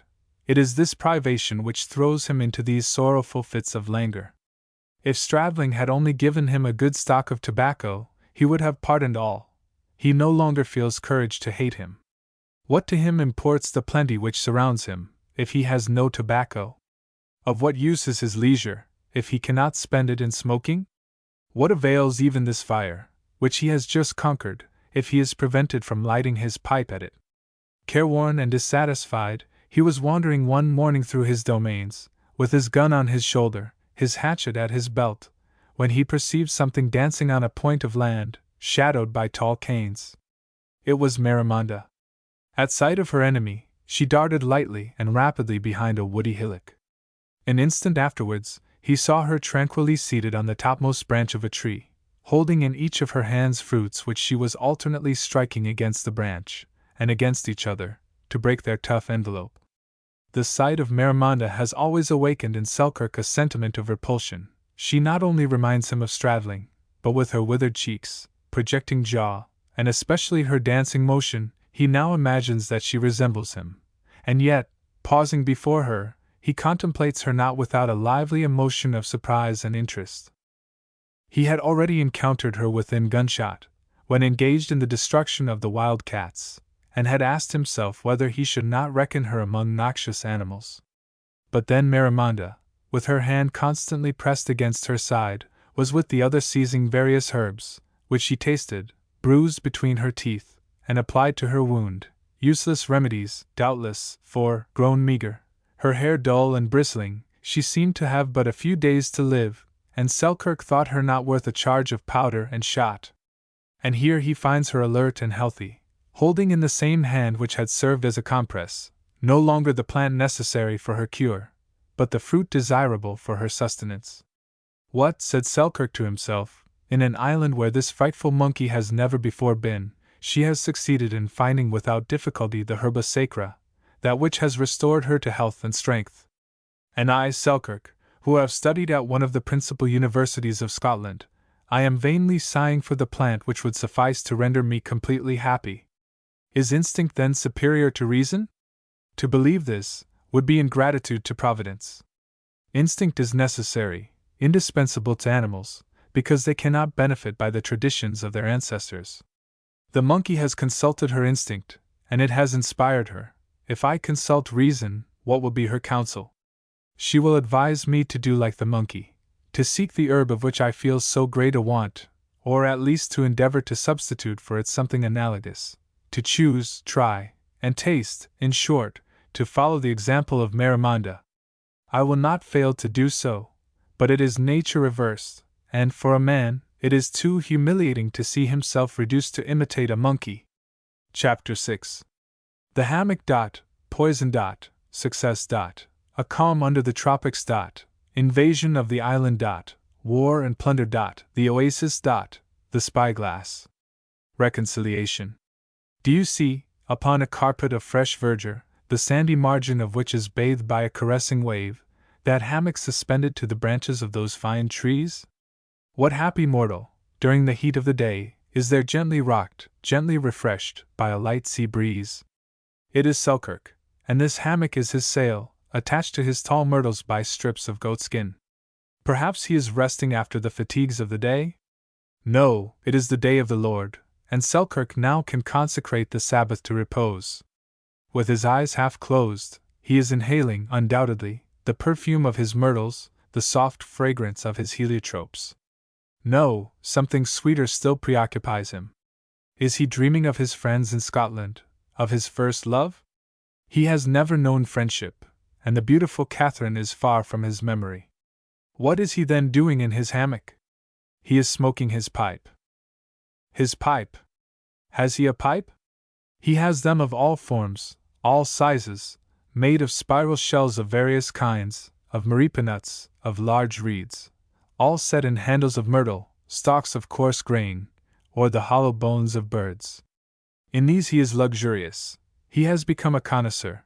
But this has not been the difficulty. Before everything else, tobacco was wanting. In consequence of his encounter with Marimonda, he ransacked the woods and meadows, seeking among all plants those which approximated nearest to the nature of the Nicotiana. As it was necessary to judge by their taste, he bit their leaves, chewed them, still in imitation of the monkey, but to his new and profound humiliation, less skillful or less fortunate than the latter, he obtained at first no other result than a sort of poisoning, one of these plants being poisonous. For several days he saw himself condemned to absolute repose and a spare diet.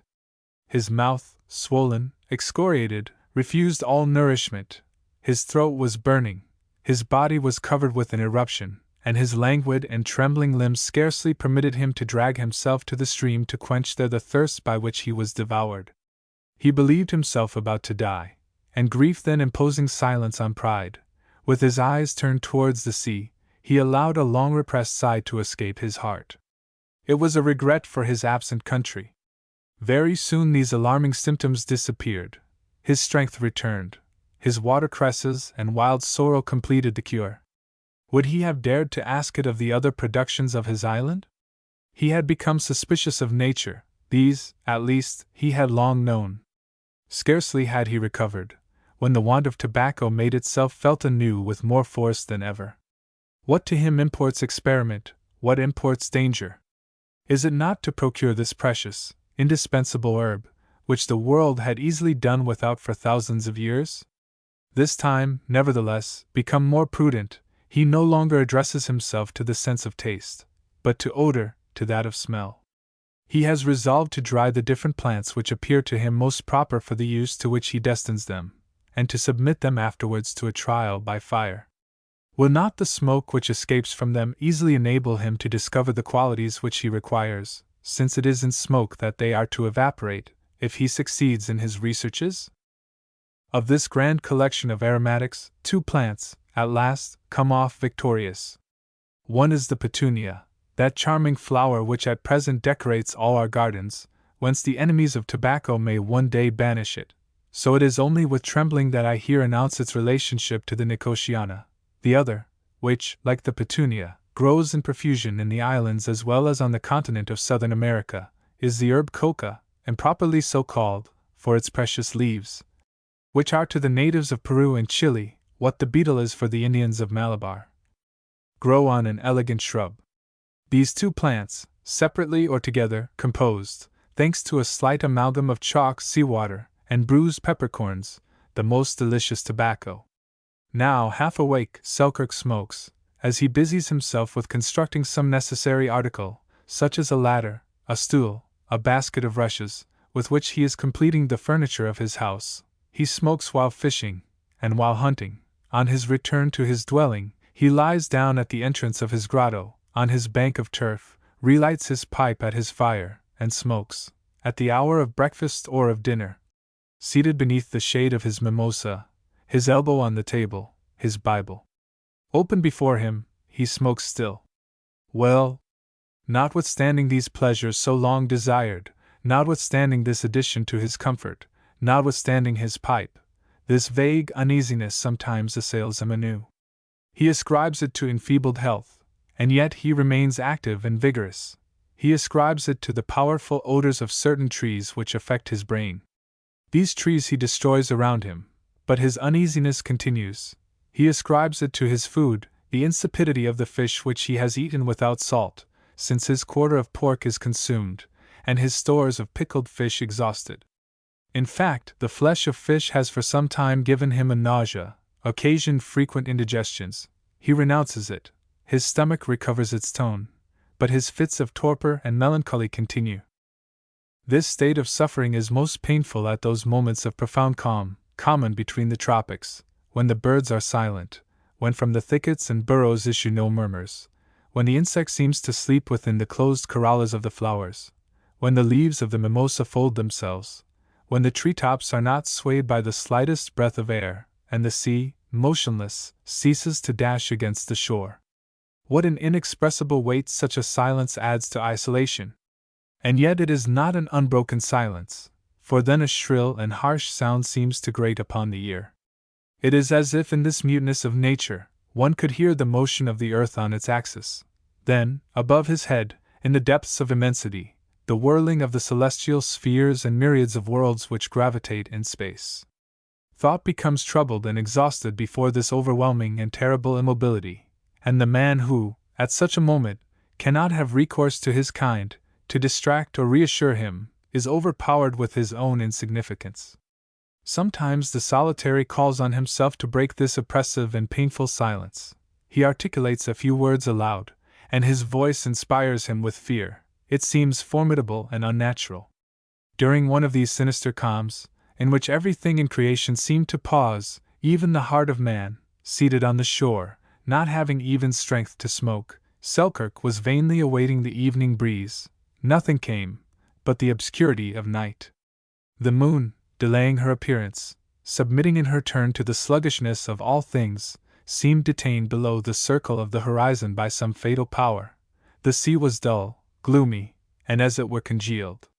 Suddenly, though there was not a breath of air, Selkirk saw at his right, on a vast but limited tract of ocean, the waves violently agitated and foaming. He thought he distinguished a multitude of barks and canoes furrowing the surface of the waters. Not far from Swordfish Beach, the flotilla enters a little cove running up into the mountains. He no longer sees anything, but he hears a frightful tumult of discordant cries. There is no room for doubt. Some Indian tribes, pursued perhaps by new conquerors from Europe, have just disembarked on the shore. What to him? He can hope from them neither pity nor mercy. A cold sweat bathes his forehead. He runs to his grotto, takes his gun, puts in his goatskin pouch some horns of powder and shot, a piece of smoked meat, not forgetting his Bible, and passes the night wandering in the woods, in the mountains, a prey to 1,000 terrors, hearing without cessation the steps of pursuers behind him, and seeing fiery eyes glaring at him through the thickets. At daybreak, with 1,000 precautions, he returns to his grotto. He finds the beach covered with seals. These were the enemies whose invasion had so alarmed him. It is now the middle of the month of February, the period of the greatest tropical heats, and these amphibia, having left the shores of Chile or Peru, are accomplishing one of their periodical migrations. They have just taken possession of the island, one of their accustomed stations. But the island has now a master. Where he expected to encounter a peril, Selkirk finds amusement, a subject of study, perhaps a resource. A long time ago he has read, in the narratives of voyagers, singular stories concerning these marine animals, these lions, these sea elephants, flocks of old Neptune, who have their chiefs, their pasha, who are acquainted with and practice the discipline of war, stationing vigilant sentinels in the spots they occupy, communicating to each other a password, and attentive to the convive. He spies them, he watches them, he takes pleasure in examining their grotesque forms, half quadruped, half fish, their feet encased in a sort of web, and terminated by crooked claws, with which they creep on the earth, their skins, covered with short and glossy hair, their round heads and eyes. He is a witness of their sports, their combats, but very soon their frightful roaring and bellowing annoys him, and makes him regret the silence of his solitude. Another cause of complaint against them soon arises. One morning, Selkirk finds his fish pond and bed of watercresses devastated. Exasperated, he declares war against the invaders. During 3 days he tracks them, pursues them. 10 of them fall beneath his balls, leaving the shore bathed in their blood. The rest at last take flight, and the army of seals, regaining the sea with despairing cries, goes to establish itself at the other extremity of the island. This war has been profitable to the conqueror. With the skin of the vanquished he makes himself a new hammock, which permits him to employ his sail for other uses. He also makes leather bottles, in which he preserves the oil which he extracts in abundance from their fat. Now he can have a lamp constantly burning, even by night. He has all the comforts of life. Of the hairy skin of the seals, he manufactures a broad-brimmed hat, which shields him from the burning rays of the sun. He tastes their flesh. It appears to him insipid and nauseous, like that of the fish. But the tongue, the heart, seasoned with pepper, are for him quite a luxury. Days, weeks, months roll away in the same toils, the same recreations. Whatever he may do to drive it away, this apathetic sadness, this sinking of soul, which has already tormented him at different periods, becomes with Selkirk more and more frequent. He cannot conquer it as he did the seals. His seals he now regrets. When they were encamped on the shore, they at least gave him something to look at, an amusement. Something lived, moved, near him. When he finds himself a prey to these fits, which, in his pride, he persists in attributing to transient indisposition, he goes to walk in the mountains, taking with him only his pipe, his Bible, and his spyglass. He often pursues his journey as far as the oasis. There, he seats himself at the extremity of the little valley, opposite the sea, from which his eye can traverse its immense extent. He opens the holy book, and closes it immediately. Then, his brow reddening, he seizes his spyglass, levels it, and remains entire hours measuring the ocean, wave by wave. What is he looking for there? He seeks a sail which shall come to his island and bear him from his desert, from his ennui.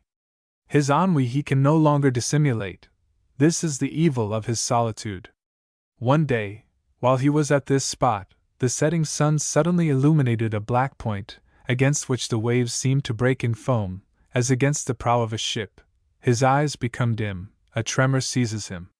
He looks again, keeps his glass for a long time fixed on the same object, but the black point does not stir. Another illusion, said he to himself. It is a reef, a rock which the tide has left bare. He wipes the glasses of his spyglass, he examines again.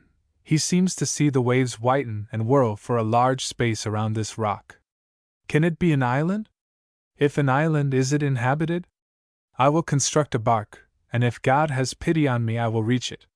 At this moment he hears footsteps resound on the dry leaves which the wind has swept into the little valley. He turns hastily. It is Marimonda. Marimonda has no longer her lively and dancing motions. She also seems languid, sad. At sight of Selkirk, she makes a movement as if to flee, but almost immediately advances a little, and sorrowful, with bent brow, sits down on a bank not far from him. Has she then remarked that he is without arms? On his side, Selkirk, who had not met her for a long time, seemed to have forgotten his former aversion. At all events, is she not the most intelligent being chance has placed near him? He remembers that, in the ship, she obeyed the voice, the gesture of the captain, and that her tricks amused the whole crew. This resemblance to the human form, which he at first disliked, now awakens in him ideas of indulgence and peace. He reproaches himself with having treated her so brutally, when the poor animal, who alone had accompanied him into exile, at first accosted him with a caress. And now she returns, laying aside all ill will, forgetting even the wound which she received from him in an impulse of irritation and hatred, of which she was not the object, for which she ought not to be responsible. He therefore makes to her a little sign with the head. Marimonda replies by winks of the eye and motions of the shoulders, which Selkirk thinks not wholly destitute of grace. He rises and approaches her, saluting her with an amicable gesture. She awaits him, chattering with her teeth and lips with an expression of joy. Selkirk gently passes his hand over her forehead and neck, calling her by name. Then he starts for his habitation, and Marimonda follows him. The man and the monkey have just been reconciled. Both were tired of their isolation. Chapter 7. A tete-a-tete dot, the monkey's goblet dot, the palace dot, a removal dot, winter under the tropics, plans for the future dot, property dot, a burst of laughter dot, misfortune not far off. Tranquility of mind has returned to our solitary. Now, his reveries are more pleasant and less prolonged. His walks through the woods, his moments of repose during the heat of the day seem more endurable since something, besides his shadow, keeps him company. He has resumed his taste for labor since there is somebody to look at him. Speech has returned to him since somebody replies to his voice. This somebody, this something, is Marimonda. Marimonda is now the companion of Selkirk, his friend, his slave. She seems to comprehend his slightest gestures and even his ennui. To amuse him, she resorts to 1,000 expedients, 1,000 tricks of the agility peculiar to her race. She goes, she comes, she runs, she leaps, she bounds, she chatters at his side, she tries to people his solitude, to make a rustling around him, she brings him his pipes, rocks him in his hammock, and for all these cares, all this attention, demands only a caress, which is no longer refused. She is often a spectator of her master's repasts, sometimes even shares them. This was at first a favor, afterwards a habit, as in the case of honest countrymen, who, secluded from the world, by degrees admit their servants into their intimacy. Selkirk had not to fear the importunate, unexpected visit of a neighbor or a curious stranger. So it is in the open air, on the lattice table, in the shade of his great mimosa, that these repasts in common take place. The master occupies the bench, the servant humbly seats herself on the stool, ready, at the first signal, to leave her place and assist in serving. Have we not seen in India orang-outans trained to perform the office of domestics? And Marimonda was in nothing inferior in intelligence and activity. She is now fond of the flesh of the goat, of that of the coatis and agoutis, for monkeys easily become carnivorous. But the table is also sometimes covered with the products of her hunting. If the dessert fails, she hastily interrupts her repast, leaves the master to continue his alone, buries herself in the surrounding woods, reaches in 3 bounds the tops of the trees, and quickly returns with a supply of fruits which he can fearlessly taste, for she knows them. Selkirk was one day a witness of the singular facility with which she could supply her wants. At the morning repast, seeing him use one of his coconuts which he had fashioned in the form of a cup to drink from, in her instinct of imitation, she had attempted to seize the cup in her turn. A look of reprimand stopped her short in her attempt. Whether she felt a species of humiliation at being forced to quench her thirst in the presence of her master, by going to the banks of the stream and lapping there, like a vulgar animal, or whether the reprimand had painfully affected her, she abstained from drinking and remained for some time quiet and dreamy. But at the following repast, with lifted head and sparkling eye, she resumed her place on the stool, provided with a goblet belonging to her, lawfully obtained by her, and with an air of triumph presented it to Selkirk, who, wondering, did not hesitate an instant to share with the monkey the water contained in his gourd. This goblet was the ligneous and impermeable capsule, the fruit, naturally and deeply hollowed out, of a tree called quadella. It was thus that the intelligent Marimonda, after having borrowed from the numerous vegetables of the island their leaves, to ameliorate her sufferings, to heal her wounds, their fruits for her nourishment, and even for her sports, also found means to obtain the divers utensils for housekeeping of which she stood in need. Charmed with her gentleness, her docility, the affection she seemed to bear him, Selkirk grew more and more attached to her. Winter, that is, the rainy season which usually lasts in these regions during the months of June and July, was approaching. He suffered in anticipation, from the idea that during this time his gentle companion would not be able to retain her habitual shelter, beneath the foliage of the trees. He conceived the project of giving up to her his grotto, and constructing for himself a new habitation, spacious and commodious. It is thus that our most generous resolutions, whatever we may design to do, encountering in their way personal interest, often turn to the increase of our own private welfare. At a little distance from the grotto, but farther inland, on the banks of the stream called the Linnet, there was a thicket of verdure shaded by 5 myrtles of from 15 to 20 feet in height, and whose stems presented a diameter more than sufficient to ensure the solidity of the edifice. 4 of these myrtles formed an irregular square, the 5th arose in the midst, or nearly so, but our architect is not very particular. He already sees the principal part of his frame. The myrtles will remain in their places, their roots serving as a foundation. He removes the shrubs, the plants, the brushwood from the thicket, leaving only a heliotrope which, at a later period, may twine around his house and at evening shed its perfumes. He has become reconciled to its fragrance. He trims the trees, cuts off their tops 8 feet above the ground, leaving the middle one, which is to sustain the roof, a foot higher. For this roof reeds and palm leaves furnish all the materials.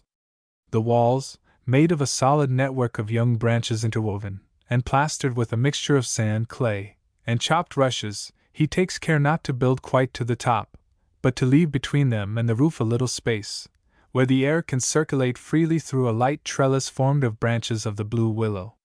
Then, Having finished his work in less than a fortnight, he contemplates it and admires it. Miramonda herself seems to share in his admiration, and in her joy climbing up the new building, she begins to leap, to dance on the roof of foliage, which bears her, and thus gives to Selkirk an additional triumph. He now proceeds to furnish his palace. He transports thither his bed of reeds and his goatskin coverings. How much better will he be sheltered here than under the gloomy vault of his grotto? How has he been able to content himself so long with such an abode, more suitable for a troglodyte or a monkey? He will no longer be obliged to lift up his curtain of vines, and to peep through the fans of his palm trees, in order to behold the beneficent rays of the newborn day. They will come of themselves to find him and rejoice him at his awakening, as the sea breezes will at evening breathe on him, to refresh him in his repose. Already has the interior of his cabin, of his palace, assumed an aspect which charms him. His guns, his hatchets, his spyglass, his instruments of labor, well polished and shining, suspended in racks, upon wooden pegs, decorate the walls.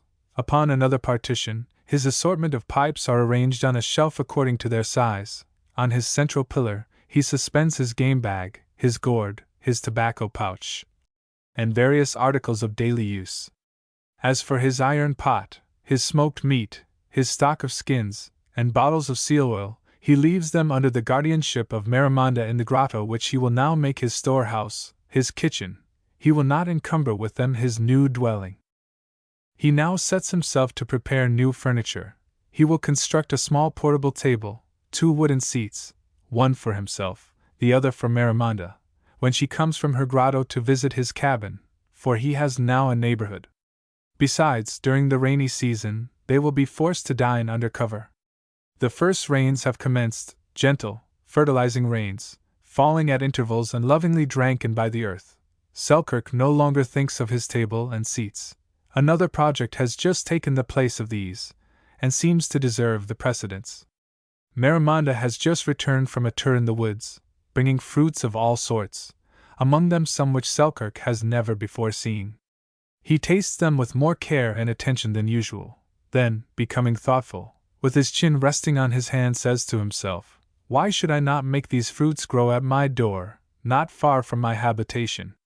Why should I not attempt to improve them by cultivation? This is a very simple and very prudent idea which should have occurred to me long since.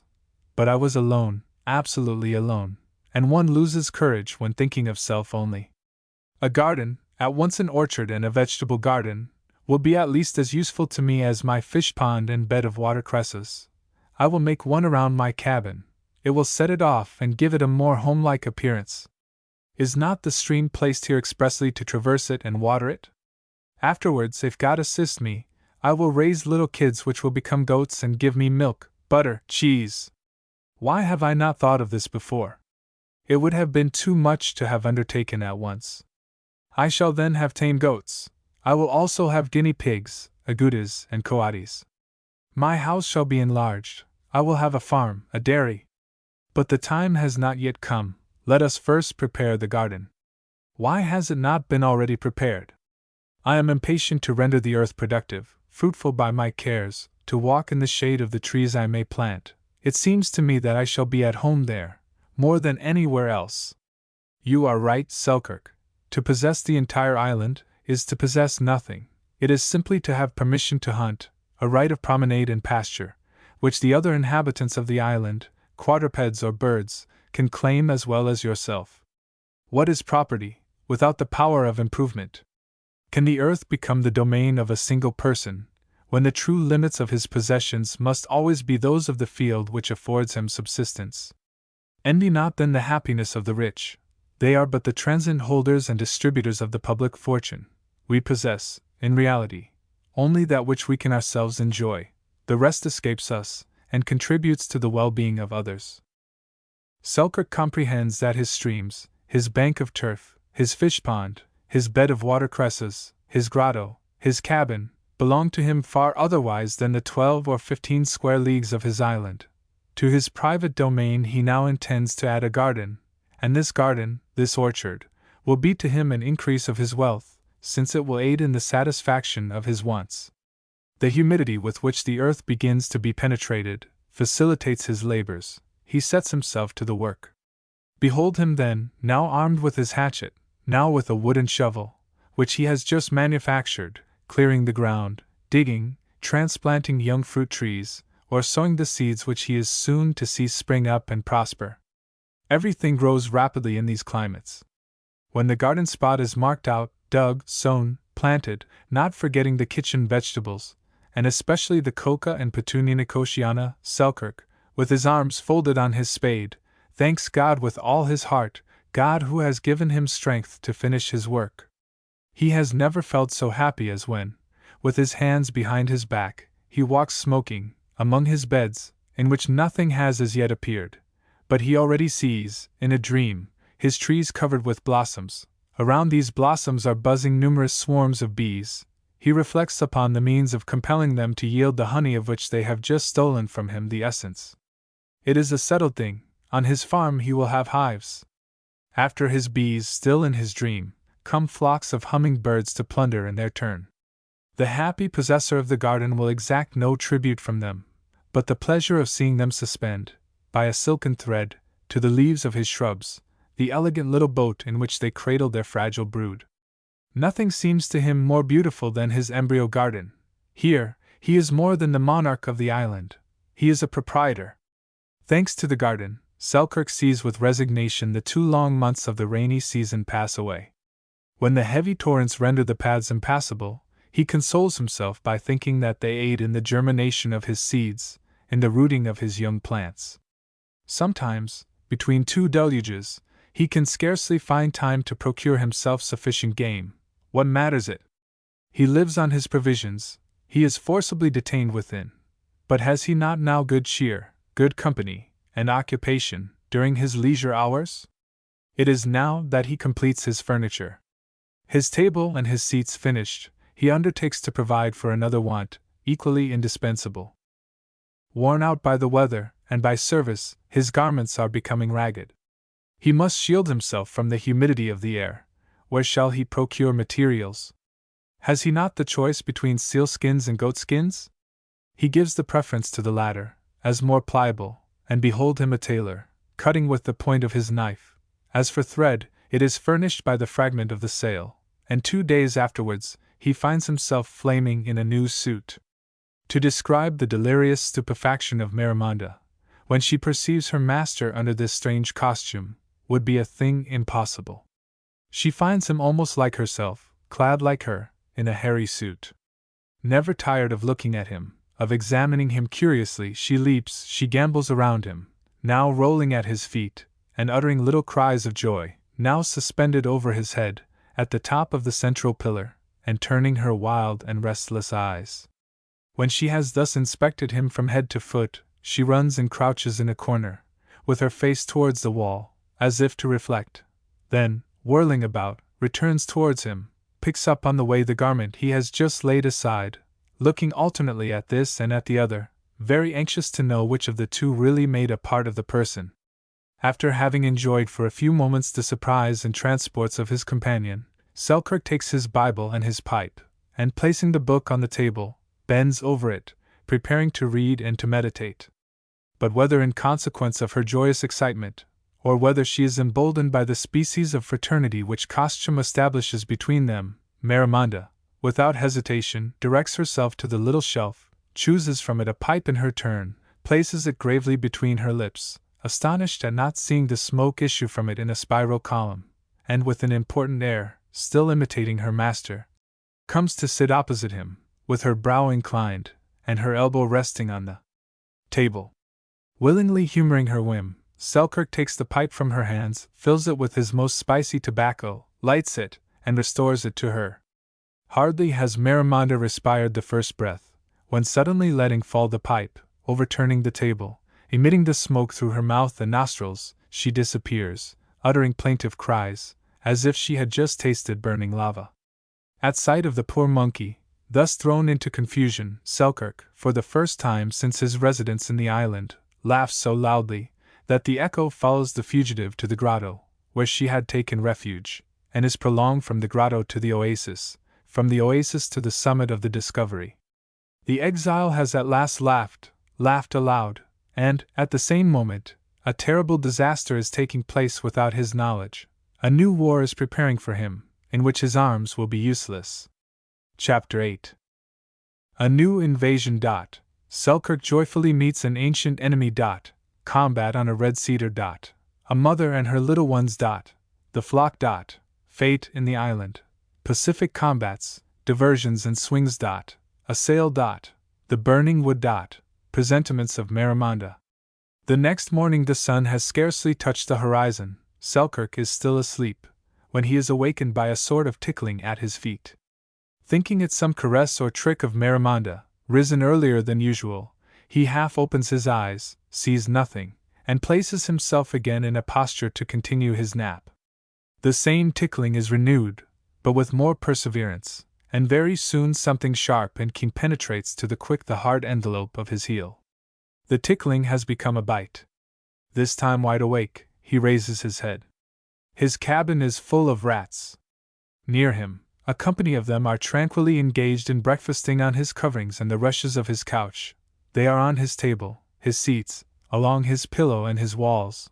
They are playing before his door, running hither and thither through the crevices of his roof, multiplying themselves on his rack and shelf, all biting, gnawing, nibbling, some his sealskin hat, his tobacco pouch, the bark ornaments of his furniture, others the handles of his tools, his pipes, his Bible, and even his powder horn. Selkirk utters a cry, springs from his couch, and immediately crushes two under his heels. The rest take flight. As he is pursuing these new invaders with the shovel and musket, he perceives at a few paces distance Marimonda, sorrowful and drooping, perched on the strong branch of a sapota tree.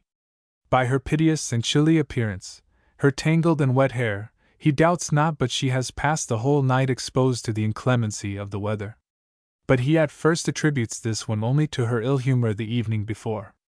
On perceiving him, Marimonda descends from her tree sad, but still gentle and caressing, and with gestures of terror, points to the grotto. He runs thither. Here another spectacle of disorder and destruction awaits him.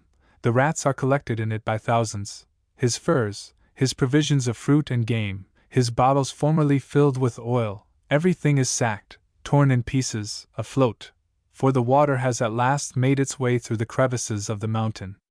To put the climax to his misfortune, his reserve of powder, notwithstanding its double envelope of leather and horn, attacked by the voracious teeth of his aggressors, is swimming in the midst of an oily slime. The solitary now possesses, for the purpose of hunting, for the renewal of these provisions so necessary to his life, only the few charges contained in his portable powder horn, and in the barrels of his guns. The blow which has just struck him is his ruin, and still the hardest trial appointed for him is yet to come. In penetrating the ground, the rains of winter have driven the rats from their holes, hence their invasion of the cabin and the grotto. Against so many enemies, what can Selkirk do, reduced to his single strength? He succeeds, nevertheless, in killing some. Marimonda herself, armed with the branch of a tree, serves as an ally, and aids him in putting them to flight, but their combined efforts are ineffectual. An hour after, the accursed race are multiplying round him, more numerous and more ravenous than ever. He comprehends then what an error he has committed in the complete destruction of the wild cats which peopled the island. With the most generous intentions, how often is man mistaken in the object he pursues? We think we are ridding us of an enemy, and we are depriving ourselves of a protector. God only knows what he does, and he has admitted apparent evil, as a principle, into the admirable composition of his universe. He suffers the wicked to live. Selkirk had been more severe than God, and he repents it. If his poor cats had only been exiled, he would hasten to proclaim a general amnesty. Alas! There is no amnesty with death. But has he indeed destroyed all? Perhaps some still exist in those distant regions which have already served as a refuge for that other banished race, the seals. The rains have ceased. The storms of winter, always accompanied by overpowering heat and dense fogs, no longer sadden the island by anticipated darkness, or the gloomy mutterings of continual thunder. The sun, though Guru, absorbs the remainder of the inundation. Followed by Marimonda, Selkirk, for the first time, has ventured to the woods and thickets between the hills beyond the shore and the false coquimbo, when a sound, sweeter to his ear than would have been the songs of a siren, makes him pause suddenly in ecstasy. It is the mewing of a cat. This cat, strongly built, with a spotted and glossy coat, white nose, and brown whiskers, is stationed at a little distance, on a red cedar, where she is undoubtedly watching her prey. She is an old settler escaped from the general massacre, the last of the vanquished. Perhaps. Without hesitation, Selkirk clasps the trunk of the tree, climbs it, reaches the first branches. Maramonda follows him and quickly goes beyond. At the aspect of these two aggressors, like herself clad in skin, the cat recoils, ascending. The monkey follows, pursues her from branch to branch, quite to the top of the cedar. Struck on the shoulder with a blow of the claw, she also recoils, but descending, and declaring herself vanquished in the first skirmish, immediately gives over the combat, or rather the sport, for she has seen only sport in the affair. Selkirk is not so easily discouraged. This cat he must have her alive. He wishes to make her the guardian of his cabin, his protector against the rats. 3 times he succeeds in seizing her. 3 times the furious animal, struggling, tears his arms or face. It is a terrible, bloody conflict, mingled with exclamations, growlings, and frightful mewings. At last Selkirk, forgetting perhaps in the ardor of combat the object of victory, seizes her vigorously by the skin of the neck, at the risk of strangling her. With the other hand he grasps her around the body. The difficulty is now to carry her. Fortunately he has his game bag. With one hand he holds her pressed against the fork of the tree. With the other arm he reaches his game bag, opens it. The conquered animal, half dead, has not made, during this maneuver, a single movement of resistance. But when the hunter is about to close it, suddenly rousing herself with a leap, distending by a last effort all her muscles at once, she escapes from his grasp, and precipitates herself from the top of the cedar, to the great terror of Maramonda, then peaceably crouched under the tree, whom the cat brushes against in falling, and to the great disappointment of Selkirk, who thinks he has the captive in his pouch. Sliding along the trunk, Selkirk descends quickly to the ground, but the enemy has already disappeared, and left no trace. In vain his eyes are turned on all sides. He sees nothing, either his adversary nor Maramonda, who has undoubtedly fled under the impression of this last terror. As he is in despair, a whistling familiar to his ear is heard, and at 200 paces distant he perceives, on an eminence of the false Coquimbo, his monkey, bent double, in an attitude of contemplation, appearing very attentive to what is passing beneath her, and changing her posture only to send a repeated summons to her master. At all hazards he directs himself to this quarter. What a spectacle awaits him! In a cavity at the foot of the eminence where Maramonda is, he finds, crouching, still out of breath with her struggle and her race, his fugitive. She is a mother! And 6 kittens, already active, are rolling in the sun around her. Selkirk, seizing his knife, kills the mother, and carries off the little ones. A short time after, the rats have deserted the shore. But their departure, though it prevents the evil they might yet have done, does not remedy that already accomplished. The provisions of the solitary are almost entirely destroyed, and the little powder which remains is scarcely sufficient for a reserve which he no longer knows where to renew. The moment at last comes when he possesses no other ammunition than the only charge in his gun. This last charge, his last resource, oh! how preciously he preserves it today. While it is there, he can still believe himself armed, still powerful. He has not entirely exhausted his resources. It is his last hope. Who knows, perhaps he may yet need it to protect his life in circumstances which he cannot foresee. But since his gun must remain suspended, inactive, to the walls of his cabin, it is time to think of supplying the place of the services it has rendered. It is time to realize his dream, and according to the usual course of civilization, to substitute the life of a farmer and shepherd for that of a hunter. Already is his colony augmented by 6 new guests, domesticated in his house. Already, on every side, his seeds are peeping out of the ground under the most favorable auspices. His young trees, firmly rooted, are growing rapidly beneath the double influence of heat and moisture. At the axil of some of their leaves, he sees a bud, an earnest of the harvest. He must now occupy himself with the means of surprising, seizing, and retaining the ancestors of his future flock. Here, patience, address, or stratagem can alone avail. Notwithstanding his natural agility, he does not dream of reaching them by pursuit. Since his last hunts, goats and kids keep themselves usually in the steep and mountainous parts of the island. To leap from rock to rock, to attempt to vie with them in celerity and lightness appears to him, with reason, a foolish and impracticable enterprise. Later, perhaps, who knows? He manufactures snares, traps. But suspicion is now the order of the day around him. Each holds himself on the qui-vive. After long waiting without any result, he finds in his snares a coati, some little guinea pigs. Here is one resource, undoubtedly, but he aims at higher game, and the kids will not allow themselves to be taken by his baits. He remembers then, that in certain parts of America, the hunters, in order to seize their prey living, have recourse to the lasso, a long cord terminated by a slip noose, which they know how to throw at great distances, and almost always with certainty. With a thread which he obtains from the fibers of the aloe, with narrow strips of skin, closely woven, he composes a lasso more than 50 feet long. He tries it. He exercises it now against a tuft of leaves detached from a bush, now against some projecting rock.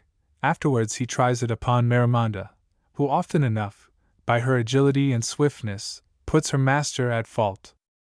In the interval of these preparatory exercises, Selkirk occupies himself with the construction of a latticed enclosure, destined to contain the flock which he hopes to possess. He makes it large and spacious, that his young cattle may bound and sport at their ease, high, that they may respect the limits he assigns them. In one corner, supported by solid posts, he builds a shed, simply covered with branches, that his flock may there be sheltered from the heat of the day. The enclosure and the shed, together with his garden, form a new addition to his great settlement.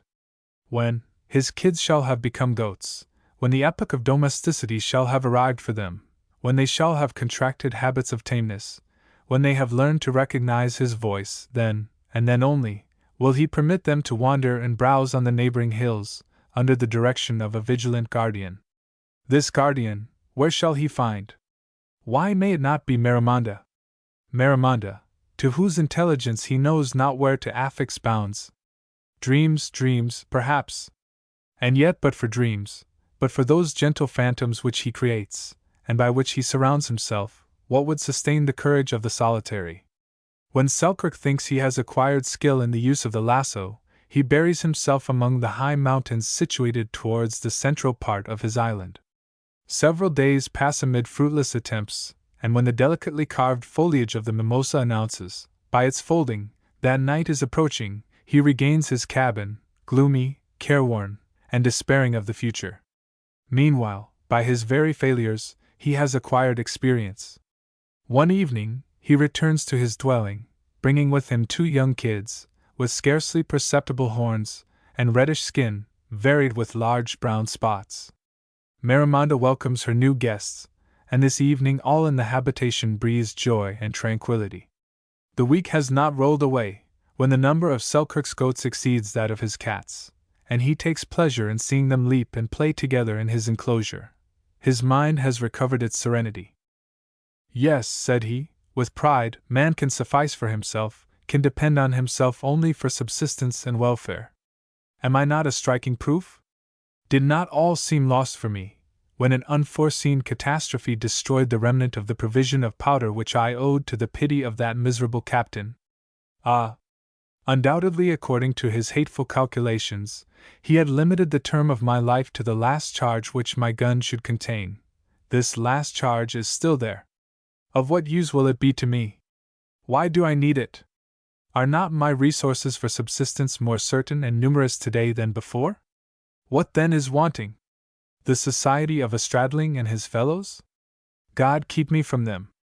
The best member of the crew of the brig Swordfish came away when I did. I have received from Marimonda more proofs of devotion than from all the companions I have had on land and on sea. What have I to regret? I am well off here. May God keep me in repose and health. After this sally, he thought of his hives, which were still wanting, and of the methods to be employed to seize a swarm of bees. A month after, Selkirk, who religiously kept his reckoning on the margin of his Bible, resolved to celebrate the new year. It was now the 1st of January, 1706. On this day he dined, not in his cabin, nor under his tree, but in the middle of the enclosure, surrounded by his family. Fruits and good cheer were more abundant than usual. Marimonda, as was her custom, dined at the same table with himself. The cats shared in the feast. The goats roved around, stretching up to gaze with their blue eyes on the baskets of fruits, and returning to browse on the grass beneath the feet of the guests. Selkirk, as the master of the house, and chief of the family, generously distributed the provisions to his young and frolicsome republic, and Marimonda assisted him as well as she could in doing the honors.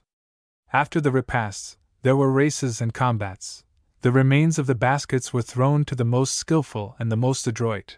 Then came diversions and swings. Lying in his hammock, where he smoked his most excellent tobacco and his best pipe, Selkirk smilingly contemplated the capricious bounds, the riotous sports of his cats and kids, their graceful postures, their fraternal combats, in which sheathed claws and the inoffensive horn were the only weapons used on either side. To give more variety to the fete, Marimonda develops all the resources of her daring suppleness. She leaps from right to left, clearing large spaces with inconceivable dexterity. Attaining the summit of a tree, she whistles to attract her master's attention, then, with her two forepaws clasped in her hind ones, she rolls herself up like a ball and drops on the ground. The foliage crackles beneath her fall, which seems as if it must be mortal. For her, this is only sport. Without altering the position of her limbs, she suddenly stops in her rapid descent, by means of her prehensile tail, that fifth hand, so powerful, with which nature has endowed the monkeys of America. Then, suspended by this organ alone, she accelerates her motions to and fro with incredible rapidity, quickly unwinds her tail from the branch by which she is suspended, and with a dart, traversing the air as if winged, alights at 100 paces distance on a vine, which she instantly uses as a swing. Selkirk is astonished. He applauds the tricks of Marimonda, the sports and combats of his other subjects. Meanwhile, his eyes having turned towards the sea, his brow is suddenly overclouded. At the expiration of a few moments of an uneasy and agitated observation, he utters an exclamation, springs from his hammock, runs to his cabin, then to the shore, where he prostrates himself with his hands clasped and raised towards heaven. He has just perceived a sail.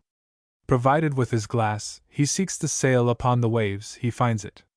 It is without doubt a bark, said he to himself, a bark from the neighboring island, or some point of the continent, and looking again through his copper tube, he clearly distinguishes 3 masts well rigged, decorated with white sails, which are swelling in the east wind, and gilded by the oblique rays of the declining sun. It is a brig. The Swordfish, perhaps. Yes, Stradling has prolonged his voyage in these regions. The time which he had fixed for my exile has rolled away. He is coming to seek me. May he be blessed. The movement which the brig made to double the island had increased more and more the hopes of Selkirk, when the Spanish flag, hoisted at the stern, suddenly unfolded itself to his eyes. "The enemy!" exclaimed he. "Woe is me! If they land on this coast, whither shall I fly? Where conceal myself? In the mountains. Yes, I can there succeed in escaping them. But the wretches! They will destroy my cabin, my enclosure, my garden, the fruit of so much anxiety and labor." And with palpitating heart, he again watches the maneuvers of the brig. The latter, having tacked several times, as if to get before the wind, hastily changed her course and stood out to sea. Selkirk remained stupefied, overwhelmed. "These are Spaniards," murmured he, after a moment's hesitation. "What matters it? Am I now their enemy? I am only a colonist, an exile, a deserter from the English navy. They owe me protection, assistance, as a Christian. If they required it, I would serve on board their vessel. But they have gone. What method shall I employ to recall them, to signalize my presence?" There was but one. It was to kindle a large fire on the shore or on the hill. He needs hewn wood, and his supplies are exhausted. What is to be done? For an instant, in his disturbed mind, the idea arises to tear the lattice work from his enclosure, the pillars and the roof from his shed, to pile them around his cabin and set fire to the whole. This idea he quickly repulses, but it suffices to show what passed in the inner folds of the heart of this man, who had just now forced himself to believe that happiness was yet possible for him. On farther reflection, he remembers that behind his grotto, on one of the first terraces of the mountain, there is a dense thicket, where the trees, embarrassed with vines and dried briars, closely interwoven, calcined by the burning reflections of the sun on the rock which surrounds them, present a collection of dead branches and moldy trunks, scarcely masked by the semblance of vegetation. Thither he transports all the brands preserved under the ashes of his hearth. He makes a pile of them, throws upon it armfuls of chips, bark, and leaves. The flame soon runs along the bushes which encircle the thicket, and when the sun goes down, an immense column of fire illuminates all this part of the island, and throws its light far over the ocean. Standing on the shore, Selkirk passes the night with his eyes fixed on the sea, his ear listening attentively to catch the distant sound of a vessel. But nothing presents itself to his glance upon the luminous and sparkling waves, and amid their dashing he hears no other sound but that of the trees and vines crackling in the flames. At morning all has disappeared. The fire has exhausted itself without going beyond its bounds, and the sea, calm and tranquil, shows nothing upon its surface but a few flocks of gulls. A week passes away, during which Selkirk remains thoughtful and taciturn. He rarely leaves the shore. He still beholds the sports of his cats and his kids, but no longer smiles at them. Marimonda, by way of amusing him, renews in his presence her surprising feats, but the attention of the master is elsewhere. Nevertheless, he cannot allow himself time to dream long with impunity. His reserve of smoked beef is nearly exhausted. To save it, he has again resorted to the shellfish, which his stomach loathes, to the sea crabs, of which he is tired. He needs other nourishment to restore his strength. He shakes off his lethargy, takes his lasso, his game bag. His plan now is, not to hunt the kids, but the goats themselves. As he is about to set out, Marimonda approaches, preparing to accompany him. In his present frame of mind, Selkirk wishes to be alone, and makes her comprehend, by signs, that she must remain at home and watch the flock. But this time, contrary to her custom, she does not seem disposed to obey. Notwithstanding his orders, she follows him, stops when he turns, recommences to follow him, and by her supplicating looks and expressive gestures, seeks to obtain the permission which he persists in refusing. At last Selkirk speaks severely, and she submits, still protesting against it by her air of sadness and depression. Was this, on her part, caprice or foresight?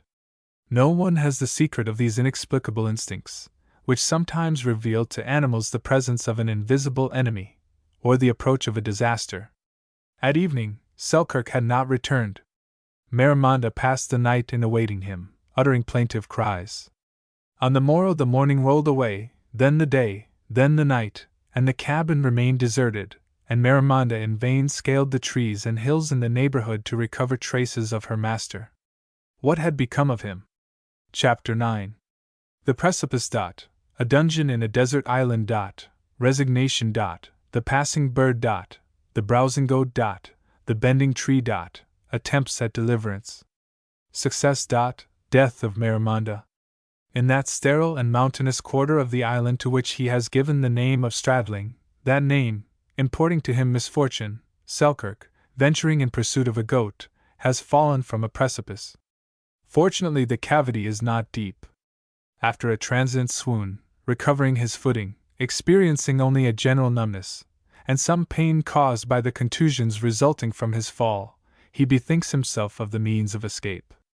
But a circle of sharp rocks, contracting from the base to the summit, forms a tunnel over his head. No crevice, no precipitous ledge, interrupts their fatal uniformity. Only around him some platforms of sandy earth appear. He digs them with his knife, to form steps. Some fragments of roots project here and there through the interstices of the stones. He hopes to find a point of support by which to scale these abrupt walls. The little solidity of the roots, which give way in his grasp, his sufferings, which become more intense at every effort, these 1,000 rocky heads bending at once over him, all tell him plainly that it will be impossible for him to emerge from this hole, that it is destined to be his tomb. Poor young sailor, already condemned to isolation, separated from the rest of mankind, could he have foreseen that one day his captivity was to be still closer? That his steps would be chained, that the sight even of his island would be interdicted? And that in this desert, where he had neither persecutor nor jailer to fear, he would find a prison, a dungeon? After 3 days of anguish and tortures, after new and ineffectual attempts, exhausted by fatigue, by thirst, by hunger, consumed by fever, supervened in consequence of all his sufferings of body and soul, he resigns himself to his fate. With his foot he prepares his last couch, composed of sand and dried leaves shaken from above by the neighboring trees. He lies down, folds his arms, closes his eyes, and prepares to die, thinking of his eternal salvation. Although he tries not to allow himself to be distracted by other thoughts, from time to time sounds from the outer world disturb his pious meditations. First it is the joyous song of a bird. To these vibrating notes another song replies from afar, on a more simple and almost plaintive key. It is doubtless the female, who, with a sort of modest and repressed tenderness, thus announces her retreat to him who calls. Then a rapid rustling is heard above the head of the prisoner. It is the songster, hastening to rejoin his companion. Selkirk has never known love. Once perhaps, in a fit of youth and delirium, and it was this false love which tore him from his studies, from his country. Ah! Why did he not remain at Largo, with his father? Today he also would have had a companion.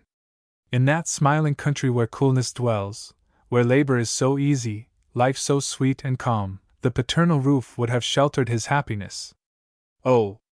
The joys of his infancy! His green and sunny Scotland! The regrets which arise in his heart he quickly banishes. His dear remembrances he sacrifices to God. He weaves them into a fervent prayer.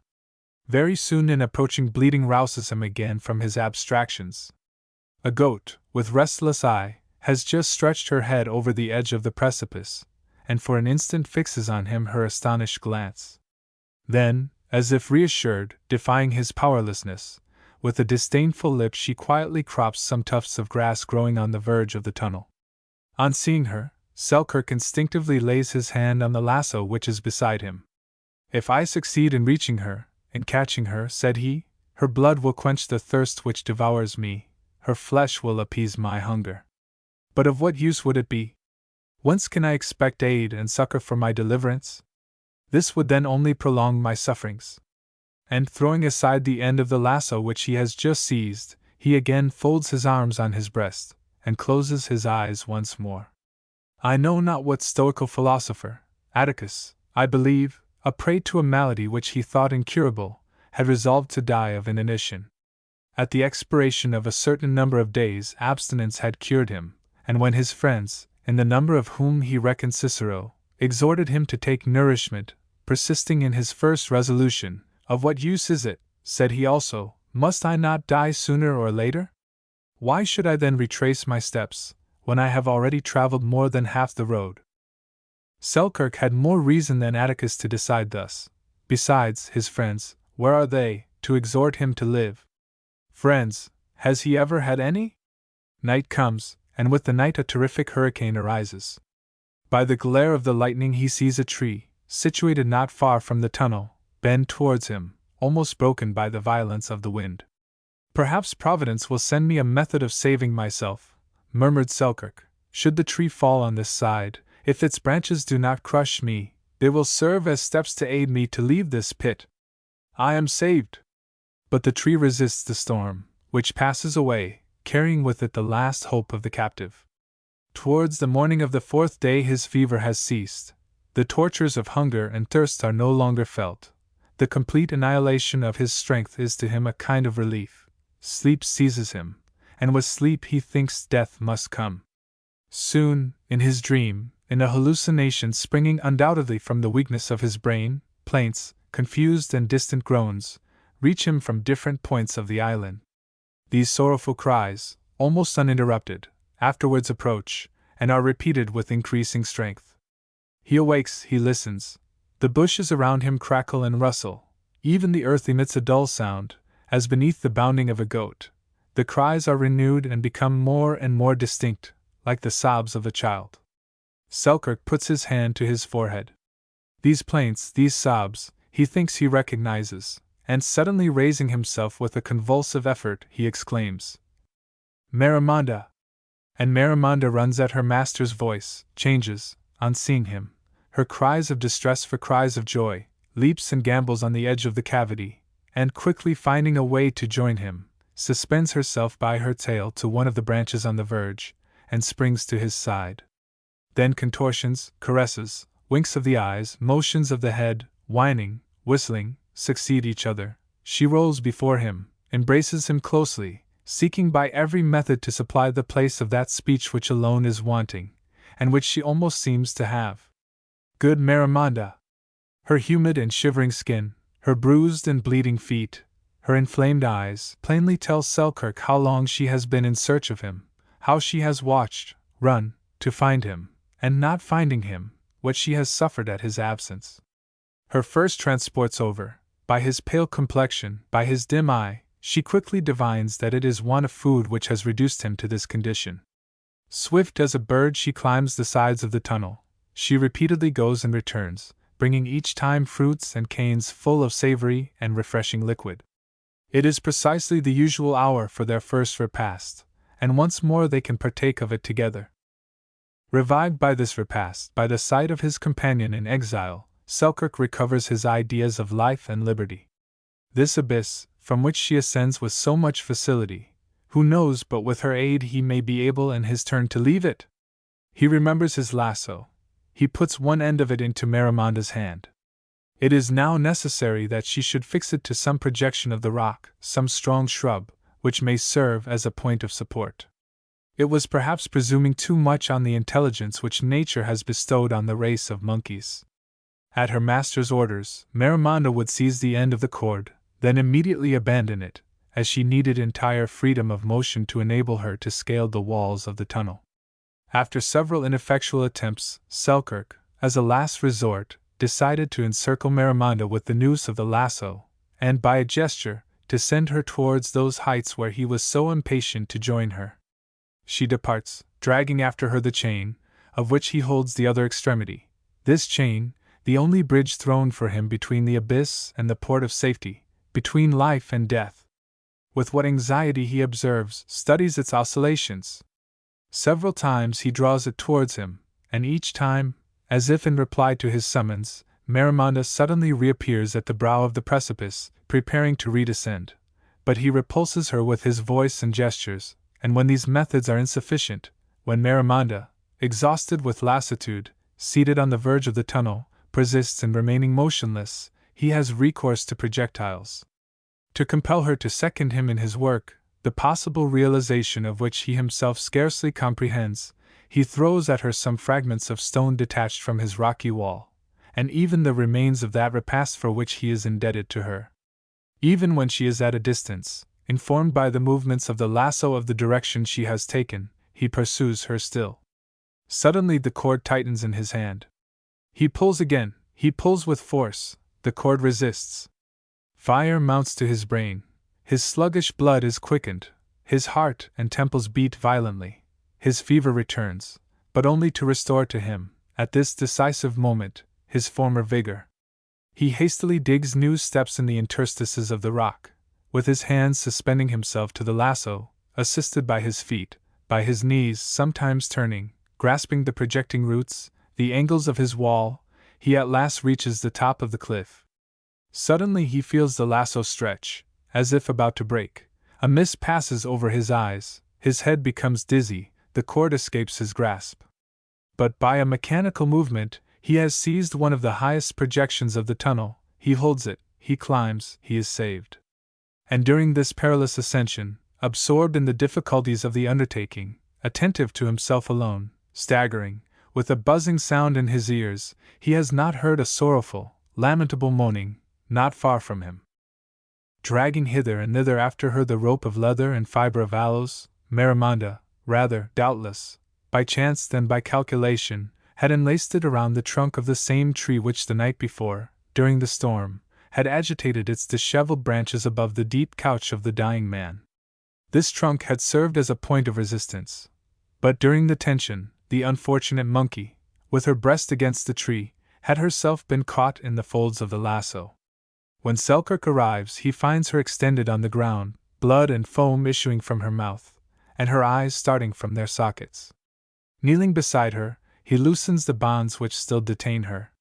Excited by his presence, Maramonda makes an effort to rise, but immediately falls back, uttering a new cry of pain. With his heart full of anguish, taking her in his arms, Selkirk, not without a painful effort, not without being obliged to pause on the way to recover his strength, carries her to the dwelling on the shore. This shore he finds deserted and in confusion. Deprived of their daily nourishment during the prolonged absence of their master, the goats have made a passage through the enclosure. By gnawing the still green foliage which imprisoned them, the hurricane of the night has overthrown the rest. Before leaving, they had ravaged the garden, destroyed the promises of the approaching harvest, and devoured even the bark of the young trees. The cats have followed the goats. Selkirk has before his eyes a spectacle of desolation: his props, his trellises, the remains of his orchard, of his enclosure, of his shed, a part even of the roof of his cabin, strew the earth in confusion around him. But it is not this which occupies him now. He has prepared for Maramonda a bed beside his own. He takes care of her, he watches over her, he leaves her only to seek in the woods, or on the mountains, the herb which may heal her. He brings all sorts, and by armfuls, that she may choose. Does she not know them better than himself? As she turns away her head, or repulses with the hand those which he presents, he thinks he has not yet discovered the one she requires, and though still suffering, though himself exhausted by so many varying emotions, he recommences his search, to summon the entire island to the assistance of Maramonda. From each of his trees he borrows a branch, from his bushes, his rocks, his streams, a plant, a fruit, a leaf, a root. For the first time he ventures across the paginals, spongy marshes formed by the sea along the cliffs, and where, beneath the shade of the mangroves, grow those singular vegetables, those gelatinous plants, endowed with vitality and motion. At sight of all these remedies, Maramonda closes her eyes, and reopens them only to address to her friend a look of gratitude. The only thing she accepts is the water he offers her, the water which he himself holds to her lips in his cocoanut cup. During a whole week, Selkirk remains constantly absorbed in these cares, useless cares. Maramonda cannot be healed. In her breast, bruised by the folds of the lasso, exists an important lesion of the organs essential to life, and from time to time a gush of blood reddens her white teeth. What, said Selkirk to himself, she has then accompanied me on this corner of earth only to be my victim. To her first caress I replied only by brutality. The first shot I fired in this island was directed against her. I pursued for a long time, with my thoughtless and stupid hatred, the only being who has ever loved me, and who today is dying for having saved me from that precipice from which I drove her with blows of stones. Maramonda, my companion, my friend, no! Thou shalt not die. He who sent thee to me as a consolation will not take thee away so soon, to leave me 1,000 times more alone, more unhappy, than ever.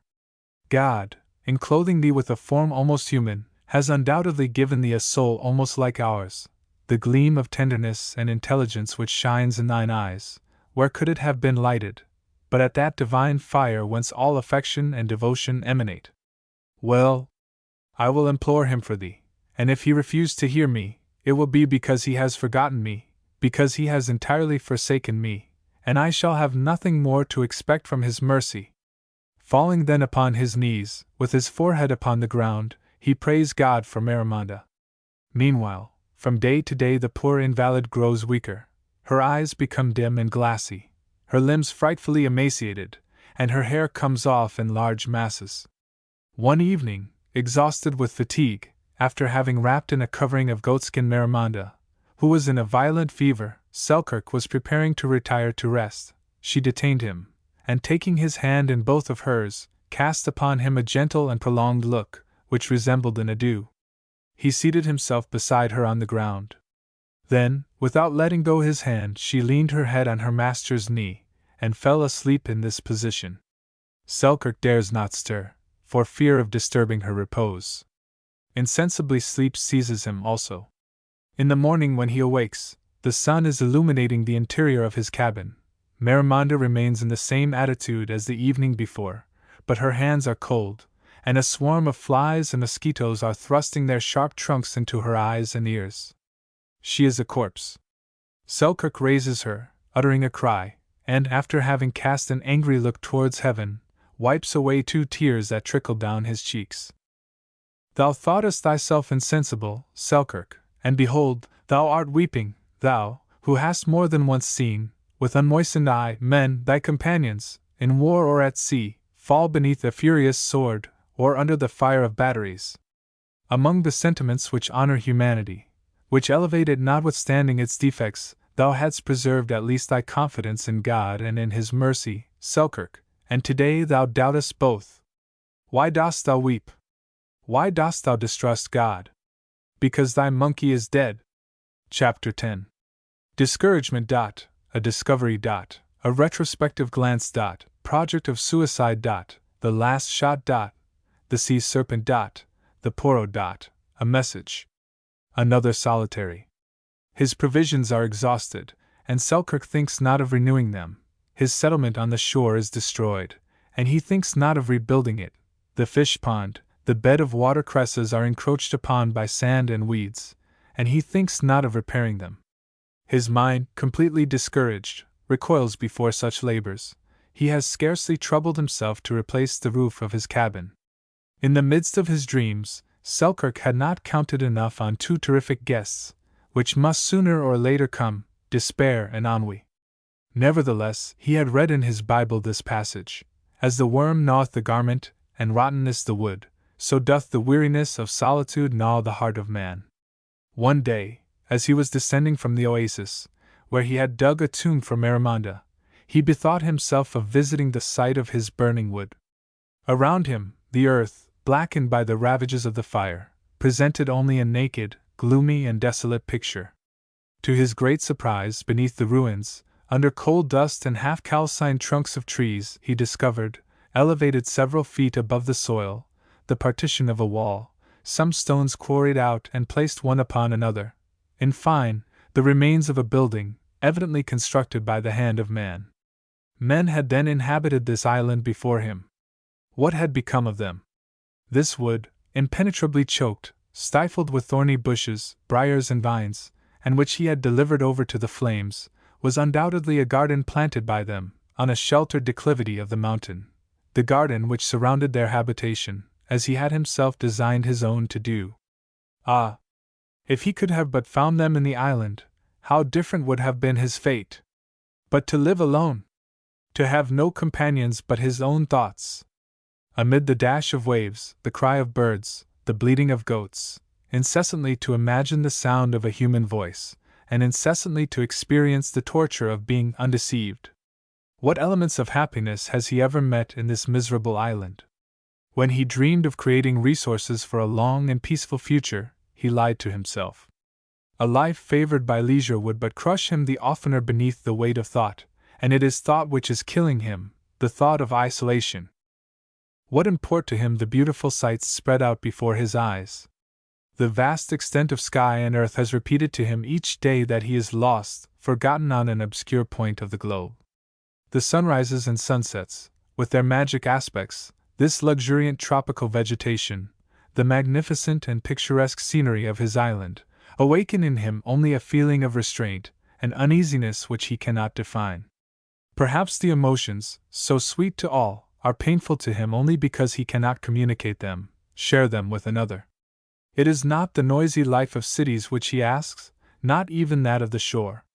But, at least, a companion, a being to reply to his voice, to be associated with his joys, his sorrows. Maramonda! No, he recognizes it now. Maramonda could amuse him, but was not sufficient. She inhabited with him only the exterior world, she communicated with him only by things visible and palpable. Her affection for her master, her gentleness, her admirable instinct, sometimes succeeded in lessening the distance which separated their 2 natures, but did not wholly fill up the interval. He had exaggerated the intelligence which, besides, increased at the expense of her strength, as with all monkeys, For God has not willed that an animal should approximate too closely to man. He had overrated the sense of her acts, because he needed near him a thinking and acting being. But with her, confidences, plans, hopes, communication, the exchange of all those intimate and mysterious thoughts which are the life of the soul. Were they possible? Even her eyes did not see like his own. Admiration was forbidden to her. Admiration, that precious faculty, which exists only for man, and which becomes extinct by isolation. How many others become extinct also? Self-love, a just self-esteem, that powerful lever which sustains us, which elevates us, which compels us to respect in ourselves that nobility of race which we derive from God, what becomes of it in solitude? For Selkirk, vanity itself has lost its power to stimulate. Formerly, when in the presence of his comrades at St. Andrew or of the royal fleet, he had signalized himself by feats of address or courage, a sentiment of pride or triumph had inspired him. Since his arrival in the island, his courage and address have had but too frequent opportunities of exercising themselves, but he has been excited only by want, by necessity, by a purely personal interest. Besides, can one utter an exclamation of triumph, where there is not even an echo to repeat it? After having thus painfully passed in review all of which his exile from the world had deprived him, he exclaimed, "To live alone, what a martyrdom! To live useless to all, what a disgrace!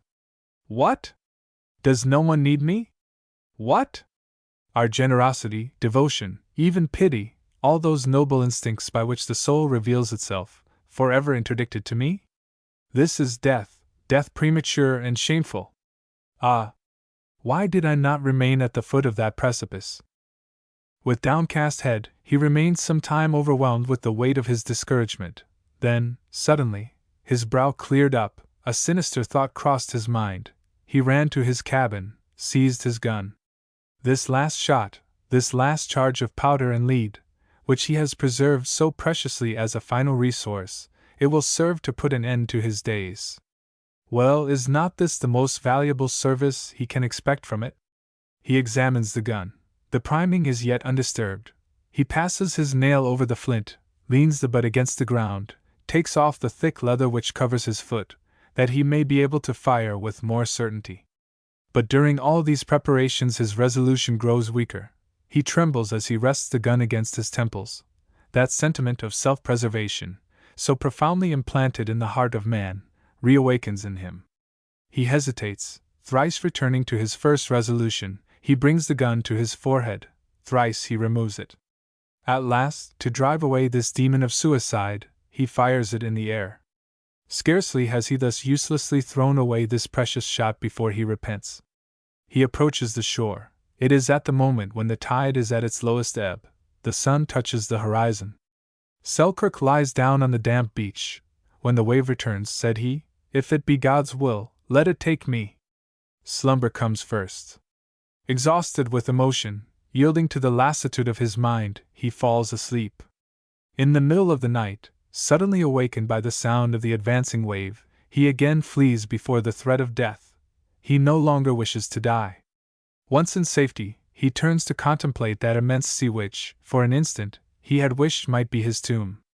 By the moonlight, he perceives as it were a long and slender chain, which, gliding upon the crest of the waves, directs itself towards the shore. By its form, by its copper color, by the multiplicity of its rings, unfolding in the distance, Selkirk recognizes the sea serpent, that terror of navigators, as he has often heard it described. The mind of the solitary is a perpetual mirage. Filled with terror, he flies again.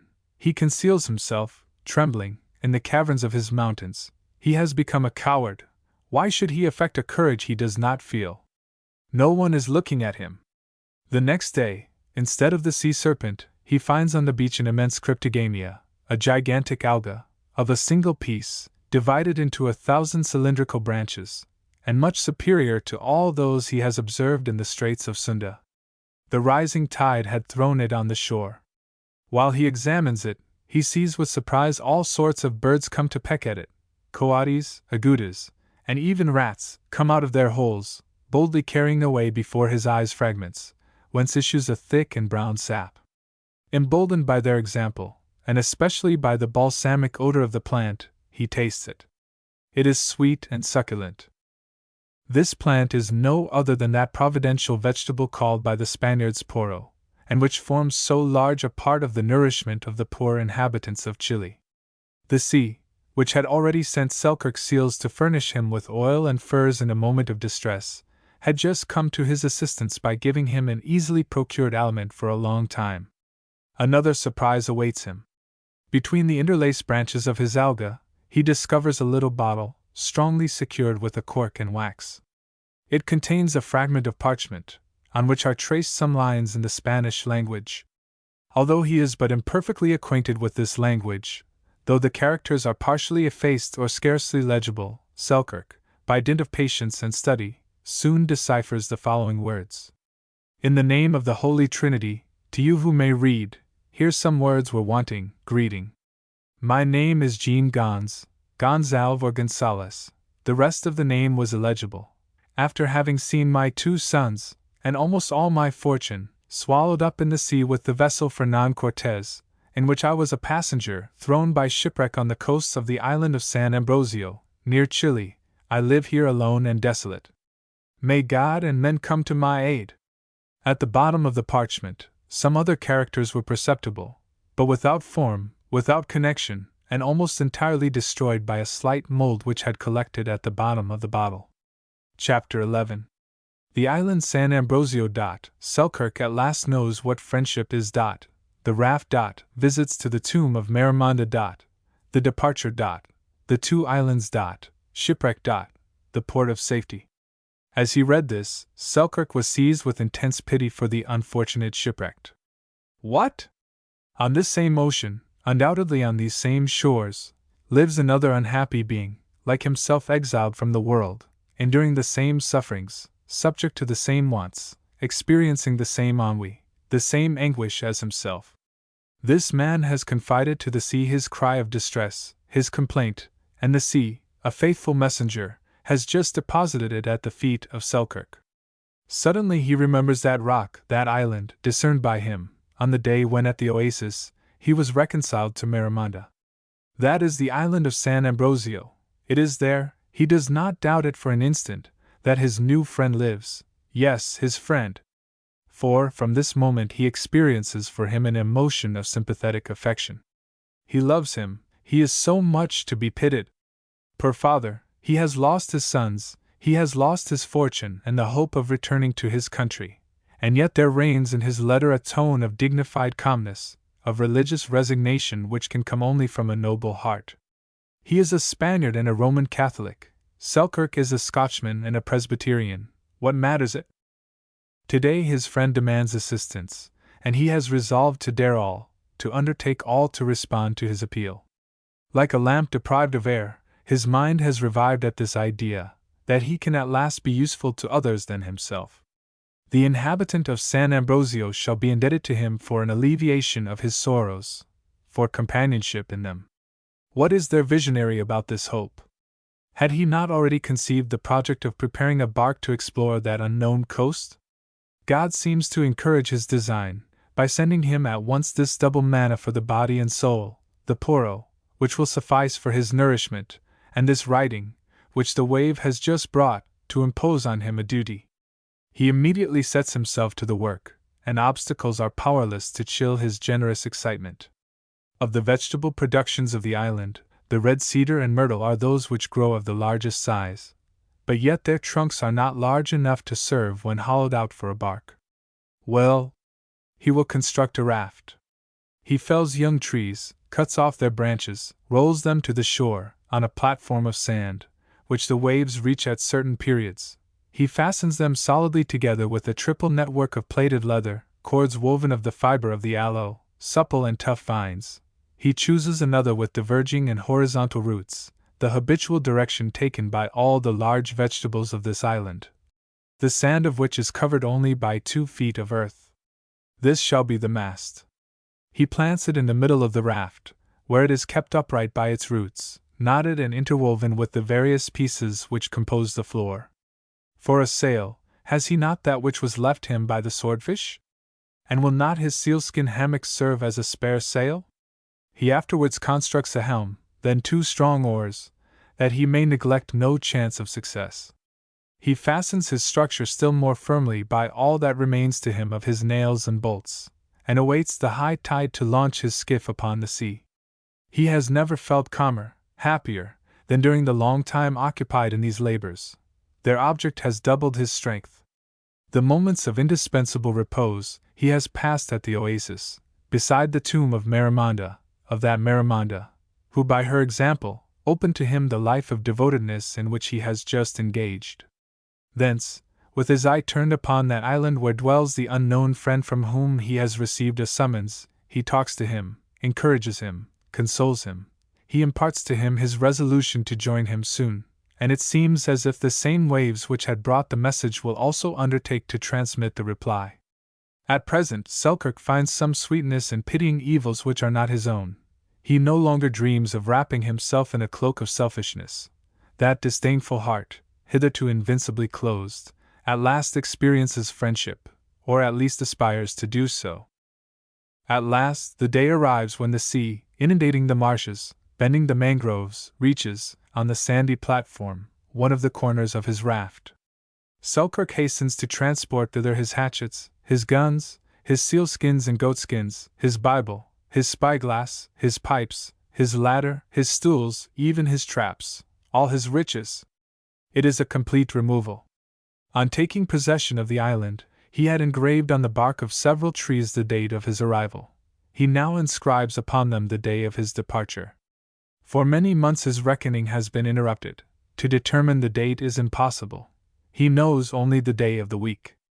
When the wave had entirely raised his bark, aiding himself with one of the long oars to propel it over the rocky bottom, he gained the sea.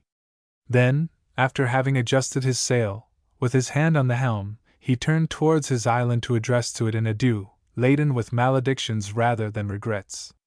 Swelled by a southeast wind, the sail pursues its course towards that other land, the object of his new desires.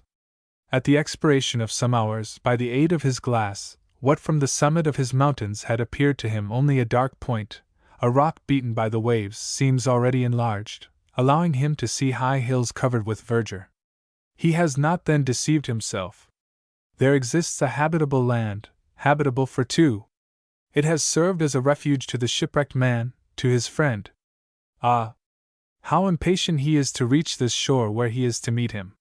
Several hours more of a slow but peaceful navigation roll away. He has arrived at a distance almost midway between the point of departure and that of arrival. Looking alternately at the islands Selkirk and San Ambrosio, both illuminated by the sunset, with their indefinite forms, their bases buried in the waves, their terraced summits, veiled with a light fog, they appear like the reflection of each other. But for the discovery which he had previously made of the second, he would have believed this was his own island, or rather its image, represented in the waters of the sea. But in proportion as he advances towards his new conquest, it increases to his eyes, as if to testify the reality of its existence, now by a mountain peak, now by a cape. He had seen only the profile, it now presents its face, ready to develop all its graces, all its fascinations, while its rival, disdained, abandoned, becomes by degrees effaced, and seems to wish to conceal its humiliation beneath the wave of the great ocean.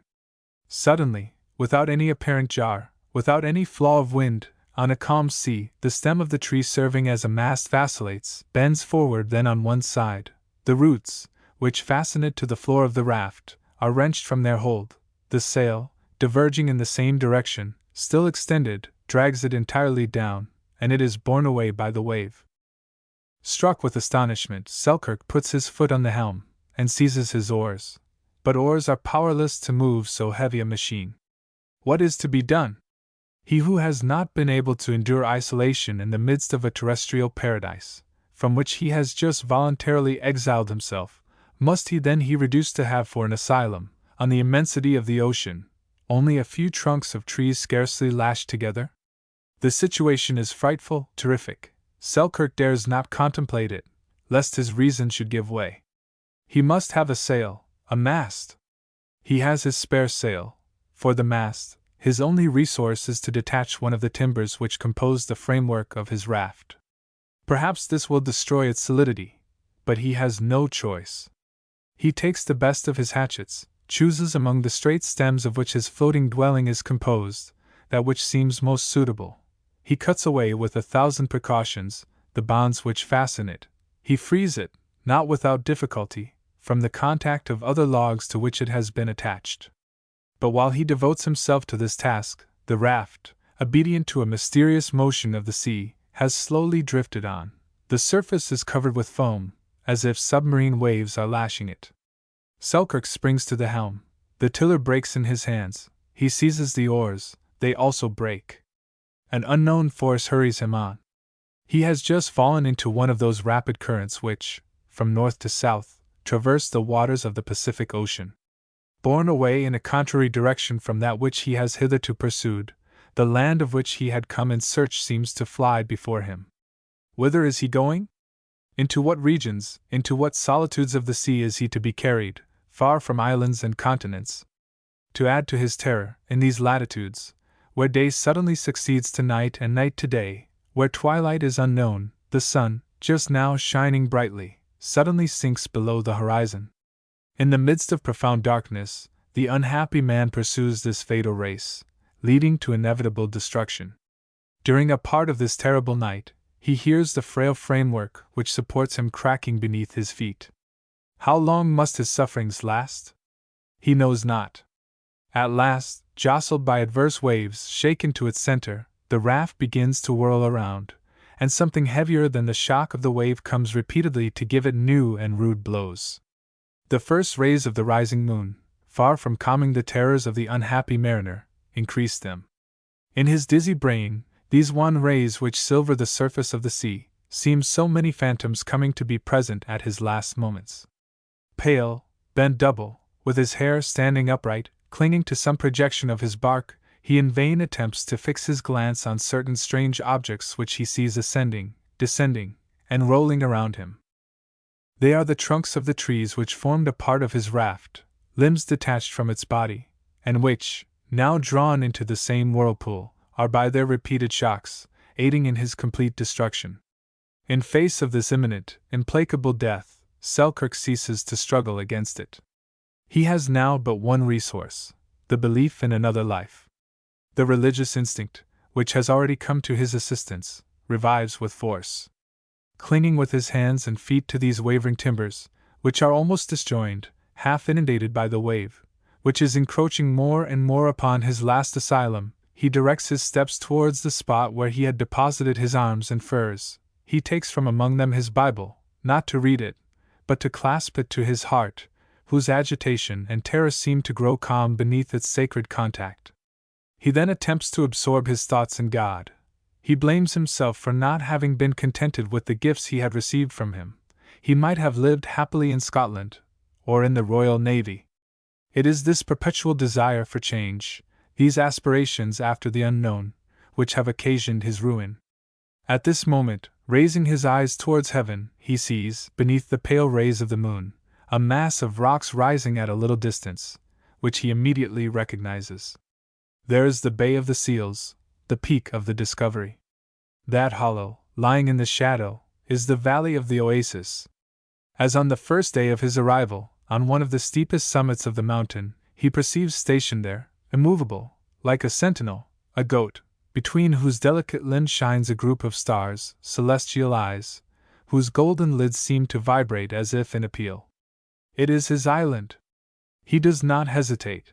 Suddenly recovering all his energies, he springs from the raft, struggles with vigor, with perseverance against the current, triumphs over it, and, after prolonged efforts, at last reaches this haven of deliverance, this port of safety. He lands, fatigued, exhausted, but overcome with joy and gratitude. Profoundly thanking God from his heart, he prostrates himself, and kisses with transport the hospitable soil of this island, which, on the morning of the same day, he had cursed. Alas! Does not reflection quickly diminish this lively joy at his return and safety? From this shipwreck, poor sailor, thou hast saved only thyself, thy tools, thy instruments of labor, even thy Bible, are a prey to the sea. It is now, Selkirk, that thou must suffice for thyself.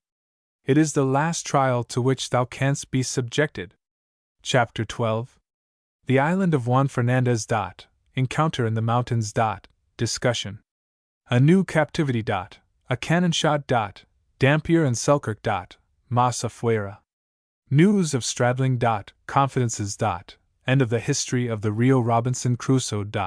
Nebuchadnezzar.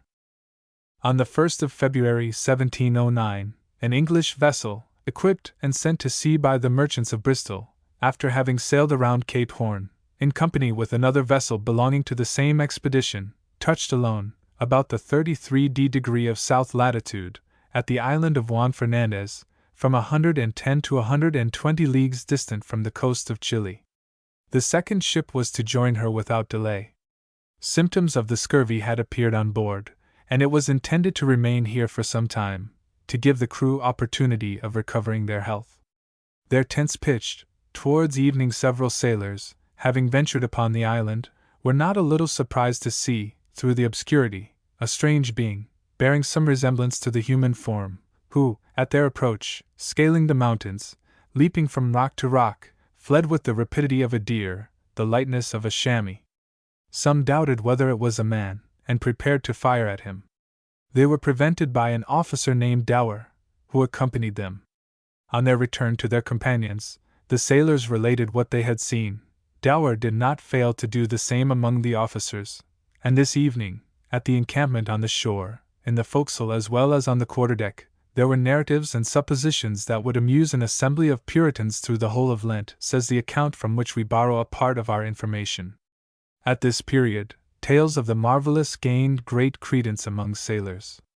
Not long before, the Spaniards had discovered giants in Patagonia, the Portuguese, sirens in the seas of Brazil, the French, tritons and satyrs at Martinique, the Dutch, black men, with feet like lobsters, beyond Paramaribo. The strange individual under discussion was unquestionably a satyr, or at least one of those four-footed, hairy men, such as the authentic James Carter declared he had met with in the northern part of America. Some, thinking this conclusion too simple, adroitly insinuated that no one among the sailors who had met this monster had noticed in him so great a number of paws. Why 4 paws? Why should he not be a monopedous man, a man whose body, terminated by a single leg, cleared, with this support alone, considerable distances? Was not the existence of the monopedous man attested by modern travelers, and even in antiquity and the Middle Ages, by Pliny and St. Augustine? Others preferred to imagine in this singular personage the acephalous man, the man without a head, named by the grave Baumgarten as existing on the new continent. They had not discovered many legs, but neither had they discovered a head. Why should he have one? And the discussion continued, and not a voice was raised to risk this judicious observation. If either head nor limbs have been distinguished, it may perhaps be because he has been seen only in the dark. The next day, each wished to be satisfied. A regular hunt was organized against this phenomenon. They set out, invaded his retreat, pursued him, surrounded him, at last seized him, and the brave sailors of Great Britain discovered with stupefaction, in this monopedous, acephalous man, in this satyr, this Cercopithecus, what? A countryman, a Scotchman, a subject of Queen Anne. It was Selkirk, his hair long and in disorder, his limbs encased in fragments of skins, and half deprived of his reason. His island was Juan Fernandez, so called by the first navigator who discovered it. This was Selkirk Island. When he was conducted before Captain Woodes Rogers, commander of the expedition, to the interrogations of the latter, the unfortunate man, with downcast look, and agitated with a nervous trembling, replied only by repeating mechanically the last syllables of the phrases which were addressed to him by the captain. A little recovered from his agitation, discovering that he had Englishmen to deal with, he attempted to pronounce some words. He could only mutter a few incoherent and disconnected sentences. Solitude, and the care of providing for his subsistence, says Paul, had so occupied his mind, that all rational ideas were effaced from it. As savage as the animals, and perhaps more so, he had almost entirely forgotten the secret of articulating intelligible sounds. Captain Rogers having asked him how long he had been secluded in this island, Selkirk remained silent. He nevertheless understood the question, for his eyes immediately opened with terror, as if he had just measured the long space of time which his exile had lasted. He was far from having an exact idea of it. He appreciated it only by the sufferings he had endured there, and looking fixedly at his hands, he opened and shut them several times. Reckoning by the number of his fingers, it was 20 or 30 years, and every one at first believed in the accuracy of his calculation, so completely did his forehead, furrowed with wrinkles, his skin blackened, withered by the sun, his hair whitened at the roots, his grey beard, give him the aspect of an old man. Selkirk was born in 1680. He was then only 29. After having replied thus, he turned his head, cast a troubled look on the objects which surrounded him. A remembrance seemed to awaken, and uttering a cry, stepping forward, he pointed with his finger to a cedar on his left. It was the tree on which, when he left the Swordfish, he had inscribed the date of his arrival in the island. The officer dour approached, and, notwithstanding the crumbling of the decayed bark, could still read there this inscription: Alexander Selkirk, from Largo, Scotland, October 27, 1704. His exile from the world had therefore lasted 4 years and 3 months. Notwithstanding the interest excited by his misfortunes, by his name, his accent, more than by his language, Captain Rogers, an honorable and humane man, but of extreme severity on all that appertained to discipline, recognized him as a British subject, suspected him to be a deserter from the English navy, and gave orders that he should be put under guard, pending a definitive decision. The sailors commissioned to this office did not find it an easy thing to guard a prisoner who could climb the trees like a squirrel, and outstrip them all in a race. As a precaution, they commenced by binding him firmly to the same cedar on which his name was engraved. There the unfortunate Selkirk figured as a curious animal, ornamented with a label. Afterwards, more for pastime than through mischief, they tormented him with questions, to obtain from him hesitating or almost senseless replies, which bewildered him much. Then they began to examine, with childish surprise, the length of his beard, of his hair and nails, the prodigious development of his muscles, his bare feet, so hardened by travel that they seemed to be covered with horn moccasins. Having found beneath his goatskin rags a knife, whose blade, by dint of use and sharpening, was almost reduced to the proportions of that of a penknife, they took it away to examine it. But on seeing himself deprived of this single weapon, the only relic of his shipwreck, the prisoner struggled, uttering wild howls. They restored it to him.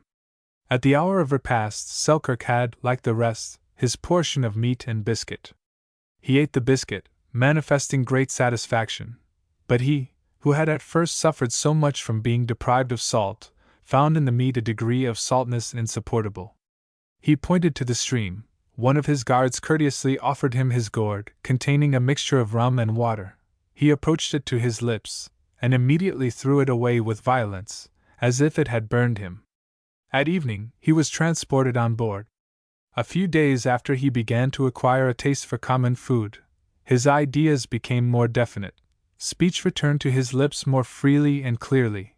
But liberty of motion was not yet restored to him. A new captivity opened before him, and his irritation at this was presenting an obstacle to the complete restoration of his faculties, when God, who had so deeply tried him, came to his assistance. One morning, as the crew of the ship were occupied, some in caulking and tarring it, others in gathering edible plants on the island, a cannon shot resounded along the waves. The caulkers climbed up the rigging, the provision hunters ran to the shore, the officers seized their spyglasses, and all together quickly uttered a huzzah. The vessel which had sailed in company with that of Captain Rogers, the Duchess of Bristol, had arrived. This vessel, commanded by William Cook, had for a master pilot a man more celebrated in maritime annals than the commanders of the expedition themselves. This was Dampier, the indefatigable William Dampier, who, a short time since a millionaire, now completely ruined in consequence of foolish speculations and prodigalities, had just undertaken a third voyage around the world. Scarcely had he disembarked, when he heard of the great event of the day, of the wild man. His name was mentioned. He remembered having known an Alexander Selkirk at St. Andrew, at the Inn of the Royal Salmon. He went to him, interrogated him, recognized him, and without loss of time, after having had his hair and beard cut, and procured suitable clothing for him, presented him to Captain Rogers. He introduced him as one of his old comrades, formerly an intrepid and distinguished officer in the Navy, one of the conquerors of Vigo, who had been induced by himself to embark in the Swordfish, partly at his expense. Restored to liberty, supported, revived by the kind cares of Dampier, his old hero, Selkirk felt rejuvenated. His first thought then is for that other unfortunate man, still an exile perhaps in his desert island. After having informed the old sailor that he had found a little bottle, containing a written parchment, he said, "Dear Captain, it would be a meritorious act, and one worthy of you, to cooperate in the deliverance of this unhappy man. A boat will suffice for the voyage, since the island of San Ambrosio is so near this. Oh, how joyfully would I accompany you in this excursion!" "My brave hermit," replied Dampier, shaking his head, "the neighboring island of which you speak is no other than the second in this group, named Massa Fuera. As for the other, that San Ambrosio which you think so near, if it has not become a floating island since my last voyage, if it is still where I left it, under the Tropic of Capricorn, to reach it will not be so trifling a matter. Besides, your little bottle must be a bottle of ink. There is here confusion of place and confusion of time. Not only is Massa Fuera not San Ambrosio, but this latter island, far from being a desert, as your correspondent has said, has been inhabited more than 20 years by a multitude of madmen, fishermen and pirates, potato-eaters and old sailors, who, when I visited them, in 1702, politely received me with gunshots, and whose politeness I returned with cannon shots. Therefore, my boy, he who wrote to you must have been dead when you received his letter." "What date did it bear?"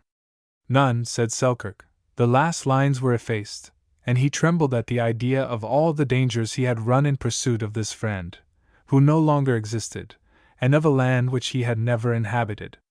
After having satisfied a duty of humanity, that which he had regarded as a debt contracted towards a friend, Selkirk, among other inquiries, let fall the name of Stradling.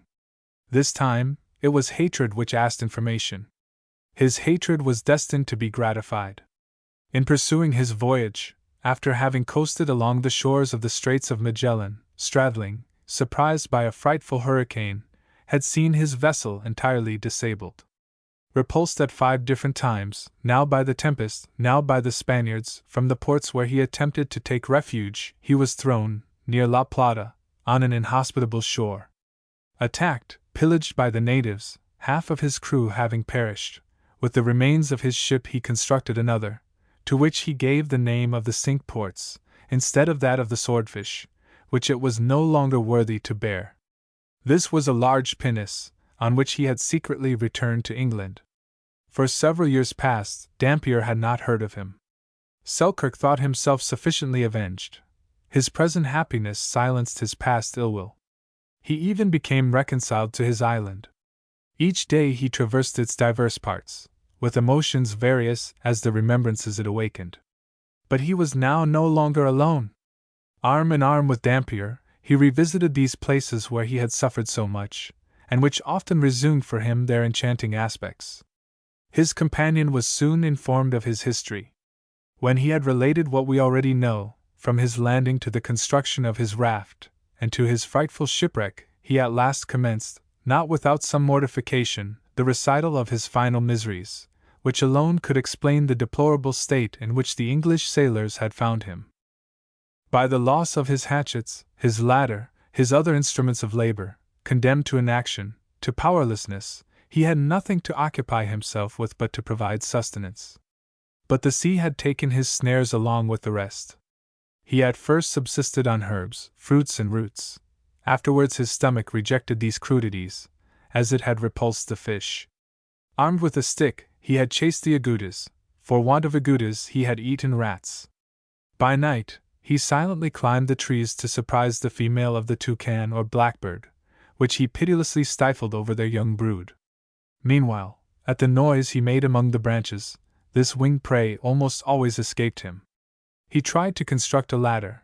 By the aid of his knife alone, he attempted to cut down 2 tall trees. During this operation his knife broke. Only a fragment remained. This was for him a great trial. He thought of making, with reeds and the fibers of the aloe, a net to catch birds.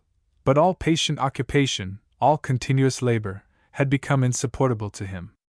That he might escape the gloomy ideas which assailed him more and more, it became necessary to avoid repose, to court bodily fatigue. By continual exercise, his powers of locomotion had developed in incredible proportions. His feet had become so hardened that he no longer felt the briars or sharp stones. When he grew weary, he slept, in whatever place he found himself, and these were his only quiet hours. To chase the agoutis had ceased to be an object worthy of his efforts. The kids took their turn, afterwards the goats. He had acquired such dexterity of movement, and such strength of muscle, such certainty of eye, that to leap from one projection of rock to another, to spring at one bound over ravines and deep cavities, was to him but a childish sport. In these feats he took pleasure and pride. Sometimes, in the midst of his flights through space, he would seize a bird on the wing. The goats themselves soon lost their power to struggle against such a combatant. Notwithstanding their number, had Selkirk wished it, he might have depopulated the island. He was careful not to do this. If he wished to procure a supply of provisions, he directed his steps towards the most elevated peaks of the mountain, marked his game, pursued it, caught it by the horns, or felled it by a blow from his stick, after which his knife blade did its office. The goat killed, he threw it on his shoulders, and almost as swiftly as before, regained the cavernous grotto or leafy tree, in the shelter of which he could this day eat and sleep. He had for a long time forsaken his cabin, which was too far distant from his hunting grounds. If he had a stock of provision on hand, he still pursued the goats as usual, but only for his personal gratification. If he caught one, he contented himself with slitting its ear. This was his seal, the mark by which he recognized his free flock. During the last years of his abode in the island, he had killed or marked thus nearly 500. In the natural course of things, as his physical powers increased, his intelligence became enfeebled. Necessity had at first aroused his industry, for all industry awakes at the voice of want, but his own had been due rather to his recollections than to his ingenuity. He thought himself a creator, he was only an imitator. Whatever may have been said by those who, in the pride of a deceitful philosophy, have wished to glorify the power of the solitary man, if the latter, supported by certain fortunate circumstances, can remain some time in a state hardly endurable, it is not by his own strength, but by means which society itself has furnished. This is the incontestable truth, from which, in his pride, Selkirk had turned away. Deprived of exercise and of aliment, his thoughts, no longer sustained by reading the holy book, were day by day lost in a chaos of dreams and reveries. A prey to terrors which he could not explain, he feared darkness, he trembled at the slightest sound of the wind among the branches. If it blew violently, he thought the trees would be uprooted and crush him. If the sea roared, he trembled at the idea of the submersion of his entire island. When he traversed the woods, especially if the heat was great, he often heard, distinctly, voices which called him, or replied. He caught entire phrases, others remained unfinished. These phrases, connected neither with his thoughts nor his situation, were strange to him. Sometimes he even recognized the voice. Now it was that of Catherine, scolding her servants, now that of Stradling, of Dampier, or one of his college tutors. Once he heard thus the voice of one of his classmates whom he least remembered. At another time it was that of his old admiral, Rourke, uttering the words of command. If he attempted to raise his own to impose silence on these choruses of demons who tormented him, it was only with painful efforts that he could succeed in articulating some confused syllables. He no longer talked, but he still sang. He sang the monotonous and mournful airs of his psalms, the words of which he had totally forgotten. His memory by degrees became extinct.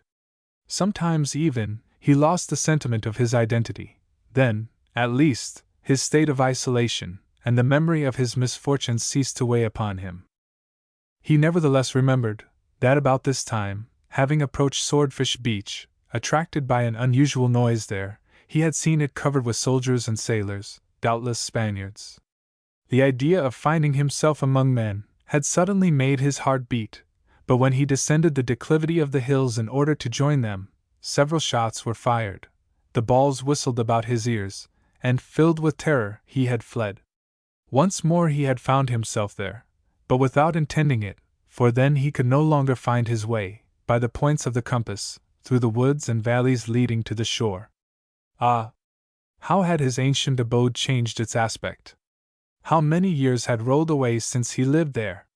The little gravelled paths, which conducted to the grotto and the mimosa, were effaced. The mimosa, its principal branches broken, seemed buried beneath its own ruins.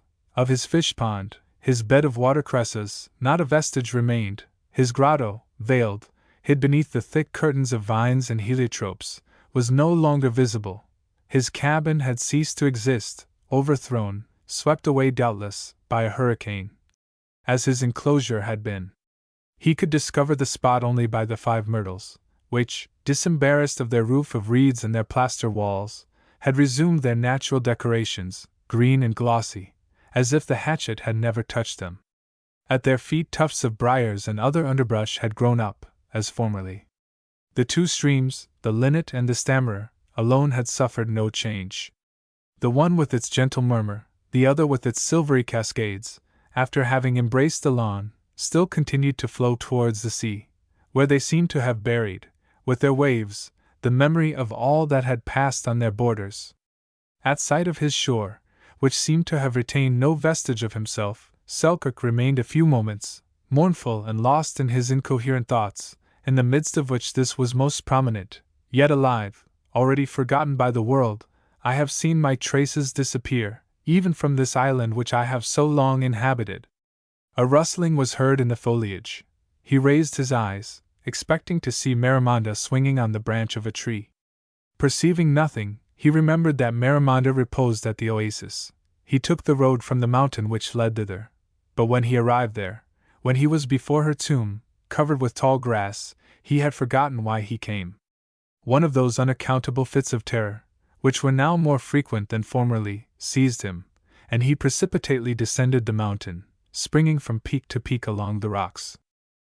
The religious sentiment, which formerly sustained Selkirk in his trials, was not entirely extinct, but it was obscured beneath his darkened reason. His religion was only that of fear. When the sea was violently agitated, when the storm howled, he prostrated himself with clasped hands. But it was no longer God whom he implored. It was the angry ocean, the thunder. He sought to disarm the genius of evil. The lightning having one day struck, not far from him, a date palm, he worshipped the tree. His perverted faith had at last terminated in idolatry. This was, in substance, what Alexander Selkirk related to William Dampier, what solitude had done for this man, still so young, and formerly so intelligent. This was what had become of the despiser of men, when left to his own reason. Dampier listened with the most profound attention, interrupting him in his narrative only by exclamations of interest, or of pity. When he ceased to speak, holding out his hand to him, he said, "My boy, the lesson is a rude one, but let it be profitable to you. Let it teach you that ennui on board a vessel, even with a straddling, is better than ennui in a desert. Undoubtedly there are among us troublesome, wicked people, but fewer wicked than crack-brained. Believe, then, in friendship, especially in mine. From this day it is yours, on the faith of William Dampier." And he opened his arms to the young man, who threw himself into them. On their return to the vessel, Dampier presented to Selkirk his own Bible. The latter seized it with avidity, and, after having turned over its leaves as if to find a text which presented itself to his mind, read aloud the following passage. "He was driven from the sons of men, and his heart was made like the beasts, and his dwelling was with the wild asses. They fed him with grass like oxen, and his body was wet with the dew of heaven." Daniel v. 21. Conclusion. Captain Rogers, in his turn, learned the misfortunes of Selkirk and became attached to him. From this moment, the sailors themselves showed him great deference. He was known among them by the name of the Governor, and this title clung to him. To do the honors of his island, the Governor one day gave to the crews of the 2 vessels the spectacle of one of his former hunts. Resuming his ancient costume, he returned to the high mountains, where, before their eyes, he started a goat, and darting in pursuit of it, over 1,000 cliffs, sometimes clearing frightful abysses, By means of a vine which he seized on his passage, this method he owed to Marimonda, he succeeded in forcing his game to the hills of the shore. Arrived there, exhausted, panting, drawing itself up like a stag at bay, the goat stopped short. Selkirk took it living on his shoulders, and presented it to Captain Rogers. Its ear was already slit. By way of thanks, the captain announced that he might henceforth be connected with the expedition, with his old rank of mate, which was restored to him. For this favor Selkirk was indebted to the solicitations of Dampier. In the same vessel with Dampier, he made another 3 years' voyage, visited Mexico, California, and the greater part of North America, after which, still in company with Dampier, and possessor of a pretty fortune, he returned to England, where the recital of his adventures, already made public, secured him the most honorable patronage and friendship. Among his friends may be reckoned Steele, the co-laborer, the rival of Addison, who consecrated a long chapter to him in his publication of the Tatler. Selkirk did not fail to visit Scotland. Passing through St. Andrew, could he help experiencing anew the desire to see his old friend Pretty Kitty? Once more he appeared before the bar of the Royal Salmon. This time, on meeting, Selkirk and Catherine both experienced a sentiment of painful surprise. The latter, stouter and fuller than ever, fat and red-faced, touched the extreme limit of her fourth and last youth. The solitary of Juan Fernandez, with his grey hair, his copper complexion, could scarcely recall to the respectable hostess of the tavern the elegant pilot of the Royal Navy, still less the pale and blonde student, of whom she had been, 18 years before, the first and only love. "Is it indeed you, my poor Sandy?" said she, with an accent of pity. "I thought you were dead." "I have been nearly so, indeed, and a long time ago, Kitty. But who has told you of me?" "Alas! It was my husband himself." "You are married then, Catherine?" "So much the better." "So much the worse rather, my friend, for, would you believe it, the old monster, bent double as he is with age and rheumatism, was bright enough to dupe me finely, to dupe me twice. In the first place, by making me believe you were dead when you were not. But he well knew, the cheat, that if I refused him once, it was because my views were turned in your direction." Selkirk made a movement which escaped Catherine. She continued. "His second deception was to arrive here in triumph, in the midst of the cries of joy and embraces of the sea dogs and old pilots. One would have thought he had in his pockets all the mines of Guinea and Peru. He did not say so, but I thought it could not be otherwise, and I married him, since I believed you no longer living. His trick having succeeded, he then told me of his shipwreck, his complete ruin.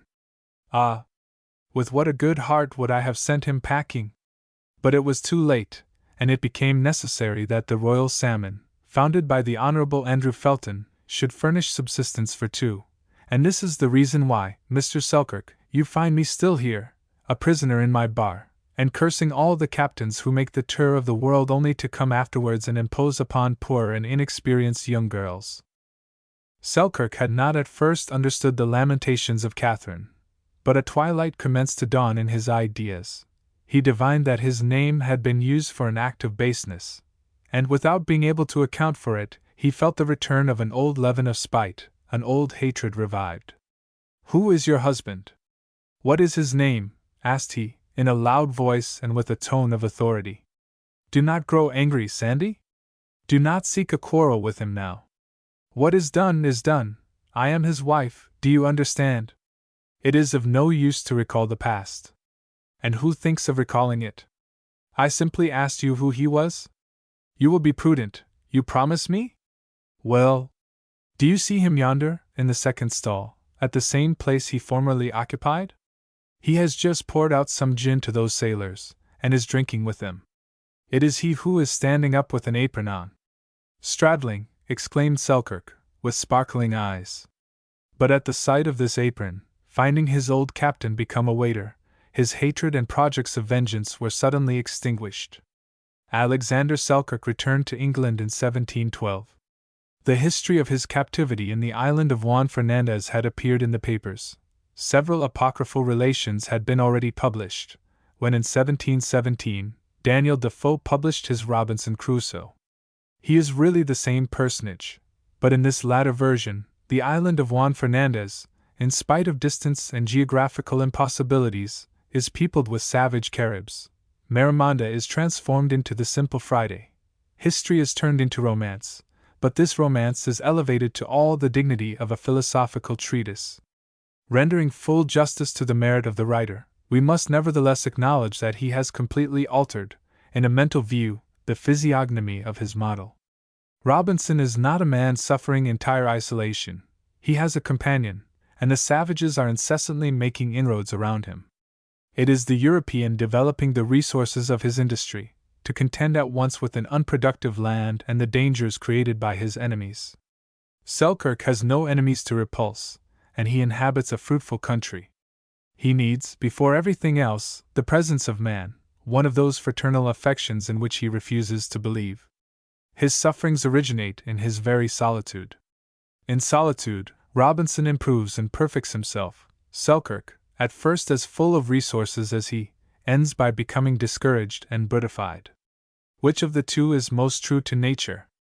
The first is an ideal being, for in no quarter of the globe has there ever been found one analogous to the Robinson of Defoe. The other, on the contrary, is to be met with everywhere, denying the dependence of an isolated individual. But this dependence, even in the midst of a prodigal nature, if it is not to the honor of man, is to the honor of society at large. Notwithstanding all that has been said, the solitary is a man embroidered, vegetating, deprived of his crown. Solitude is sweet only in the vicinity of great cities. By an admirable decree of Providence, the isolated being is an imperfect being. Man is completed by man.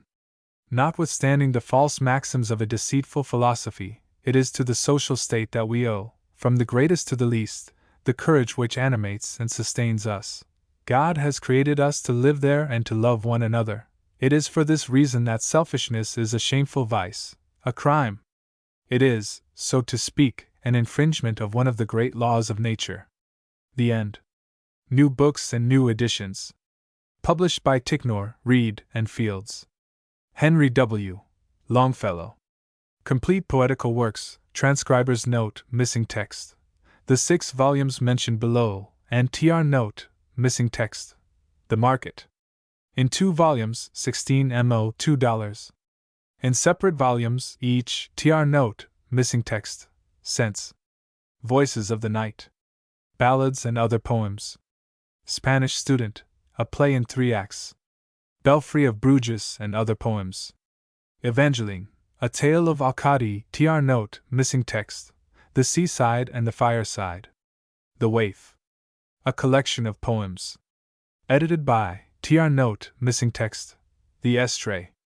A collection of poems. Edited Tr. Note, Missing Text.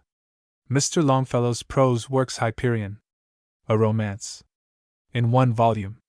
Price $1. Outremer. A Pilgrimage Beyond the Sea. In 1 volume, 16 mo, price $1. Kavanaugh. A Tale. Lately published. In 1 volume, 16 mo, price 75 cents. Nathaniel Hawthorne's Writings. Twice Told Tales. A new edition.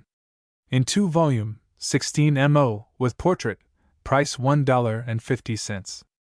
The Scarlet Letter. A Romance.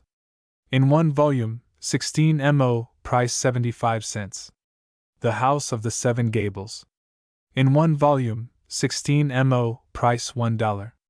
True Stories from History and Biography. In 1 volume, 16 mo, with fine engravings, price 75 cents. Whittier's Writings. Transcriber's Note, Text too damaged to reconstruct. Tr. Note, Oliver Wend, L. Holmes's Writings. Tr. Note, Text too damaged to reconstruct. Alfred Tennyson's Writings. Tr. Note, Text too damaged to reconstruct. Tr. Note, Tom, as De Quincey's Writings. Tr. Note, Text too damaged to reconstruct. Confessions of an English Opium Eater and Tr. Note, Missing Text, in 1 volume, 16 mo, price 75 cents. Biographical Essays. In 1 volume, 16 mo, price 75 cents. Miscellaneous Essays. In 1 volume, 16 mo, price 75 cents. The Caesars. In one volume, 16mo, price 75 cents. Grace Greenwood's Writings. Greenwood Leaves. A collection of stories and letters. In one volume, 12mo, new edition, price $1.25. Poems. In one volume, 16mo, with fine portrait. Price 75 cents. History of My Pets. A book for children. With fine engravings. Price 50 cents. Edwin P. Whipple's Writings. Essays and Reviews. A new and revised edition. In two volumes, 16mo, price $2.00. Lectures on subjects connected with literature and life. In one volume, 16mo, price 63 cents. Washington and the Revolution. In one volume, 16mo, price 20 cents. Henry Jows's Writings. Lectures, Essays, and Miscellaneous Writings. Two volumes, 16mo, price $1.50. Christian Thought on Life. In 12 discourses. In one volume, 16mo, price 75 cents. William Motherwell's Writings. Poems, Narrative and Lyrical. A new edition enlarged. In one volume, 16mo, price 75 cents. Posthumous Poems. In one volume, 16mo, price 50 cents. Minstrelsy, Ancient and Modern. In two volumes, 16mo, price $1.50. James Russell Lowell's Writings. Complete Poetical Works. Revised with additions. In two volumes, 16mo, price $1.50. The Biglow Papers. In one volume, 16mo, 50 cents. Miscellaneous. Charles Sprague. Poetical and Prose Writings. With fine portrait. In one volume, 16mo, price 75 cents. John G. Sachs. Humorous and Satirical Poems. In one volume, 16mo, price 50 cents. Robert Browning. Complete Poetical Works. In two volumes, 16mo, price $2. Barry Cornwell. English Songs and Other Small Poems. Enlarged edition. In one volume, 16mo, $1. Richard Monckton Milnes. Poems of Many Years. In one volume, 16mo, price 75 cents. Goethe's Wilhelm Meister. Translated by Carlyle. In two volumes, 16mo, price $2.50. Goethe's Faust. Translated by Hayward. In one volume, 16mo, new edition, price 75 cents. Charles Sumner. Orations and Speeches.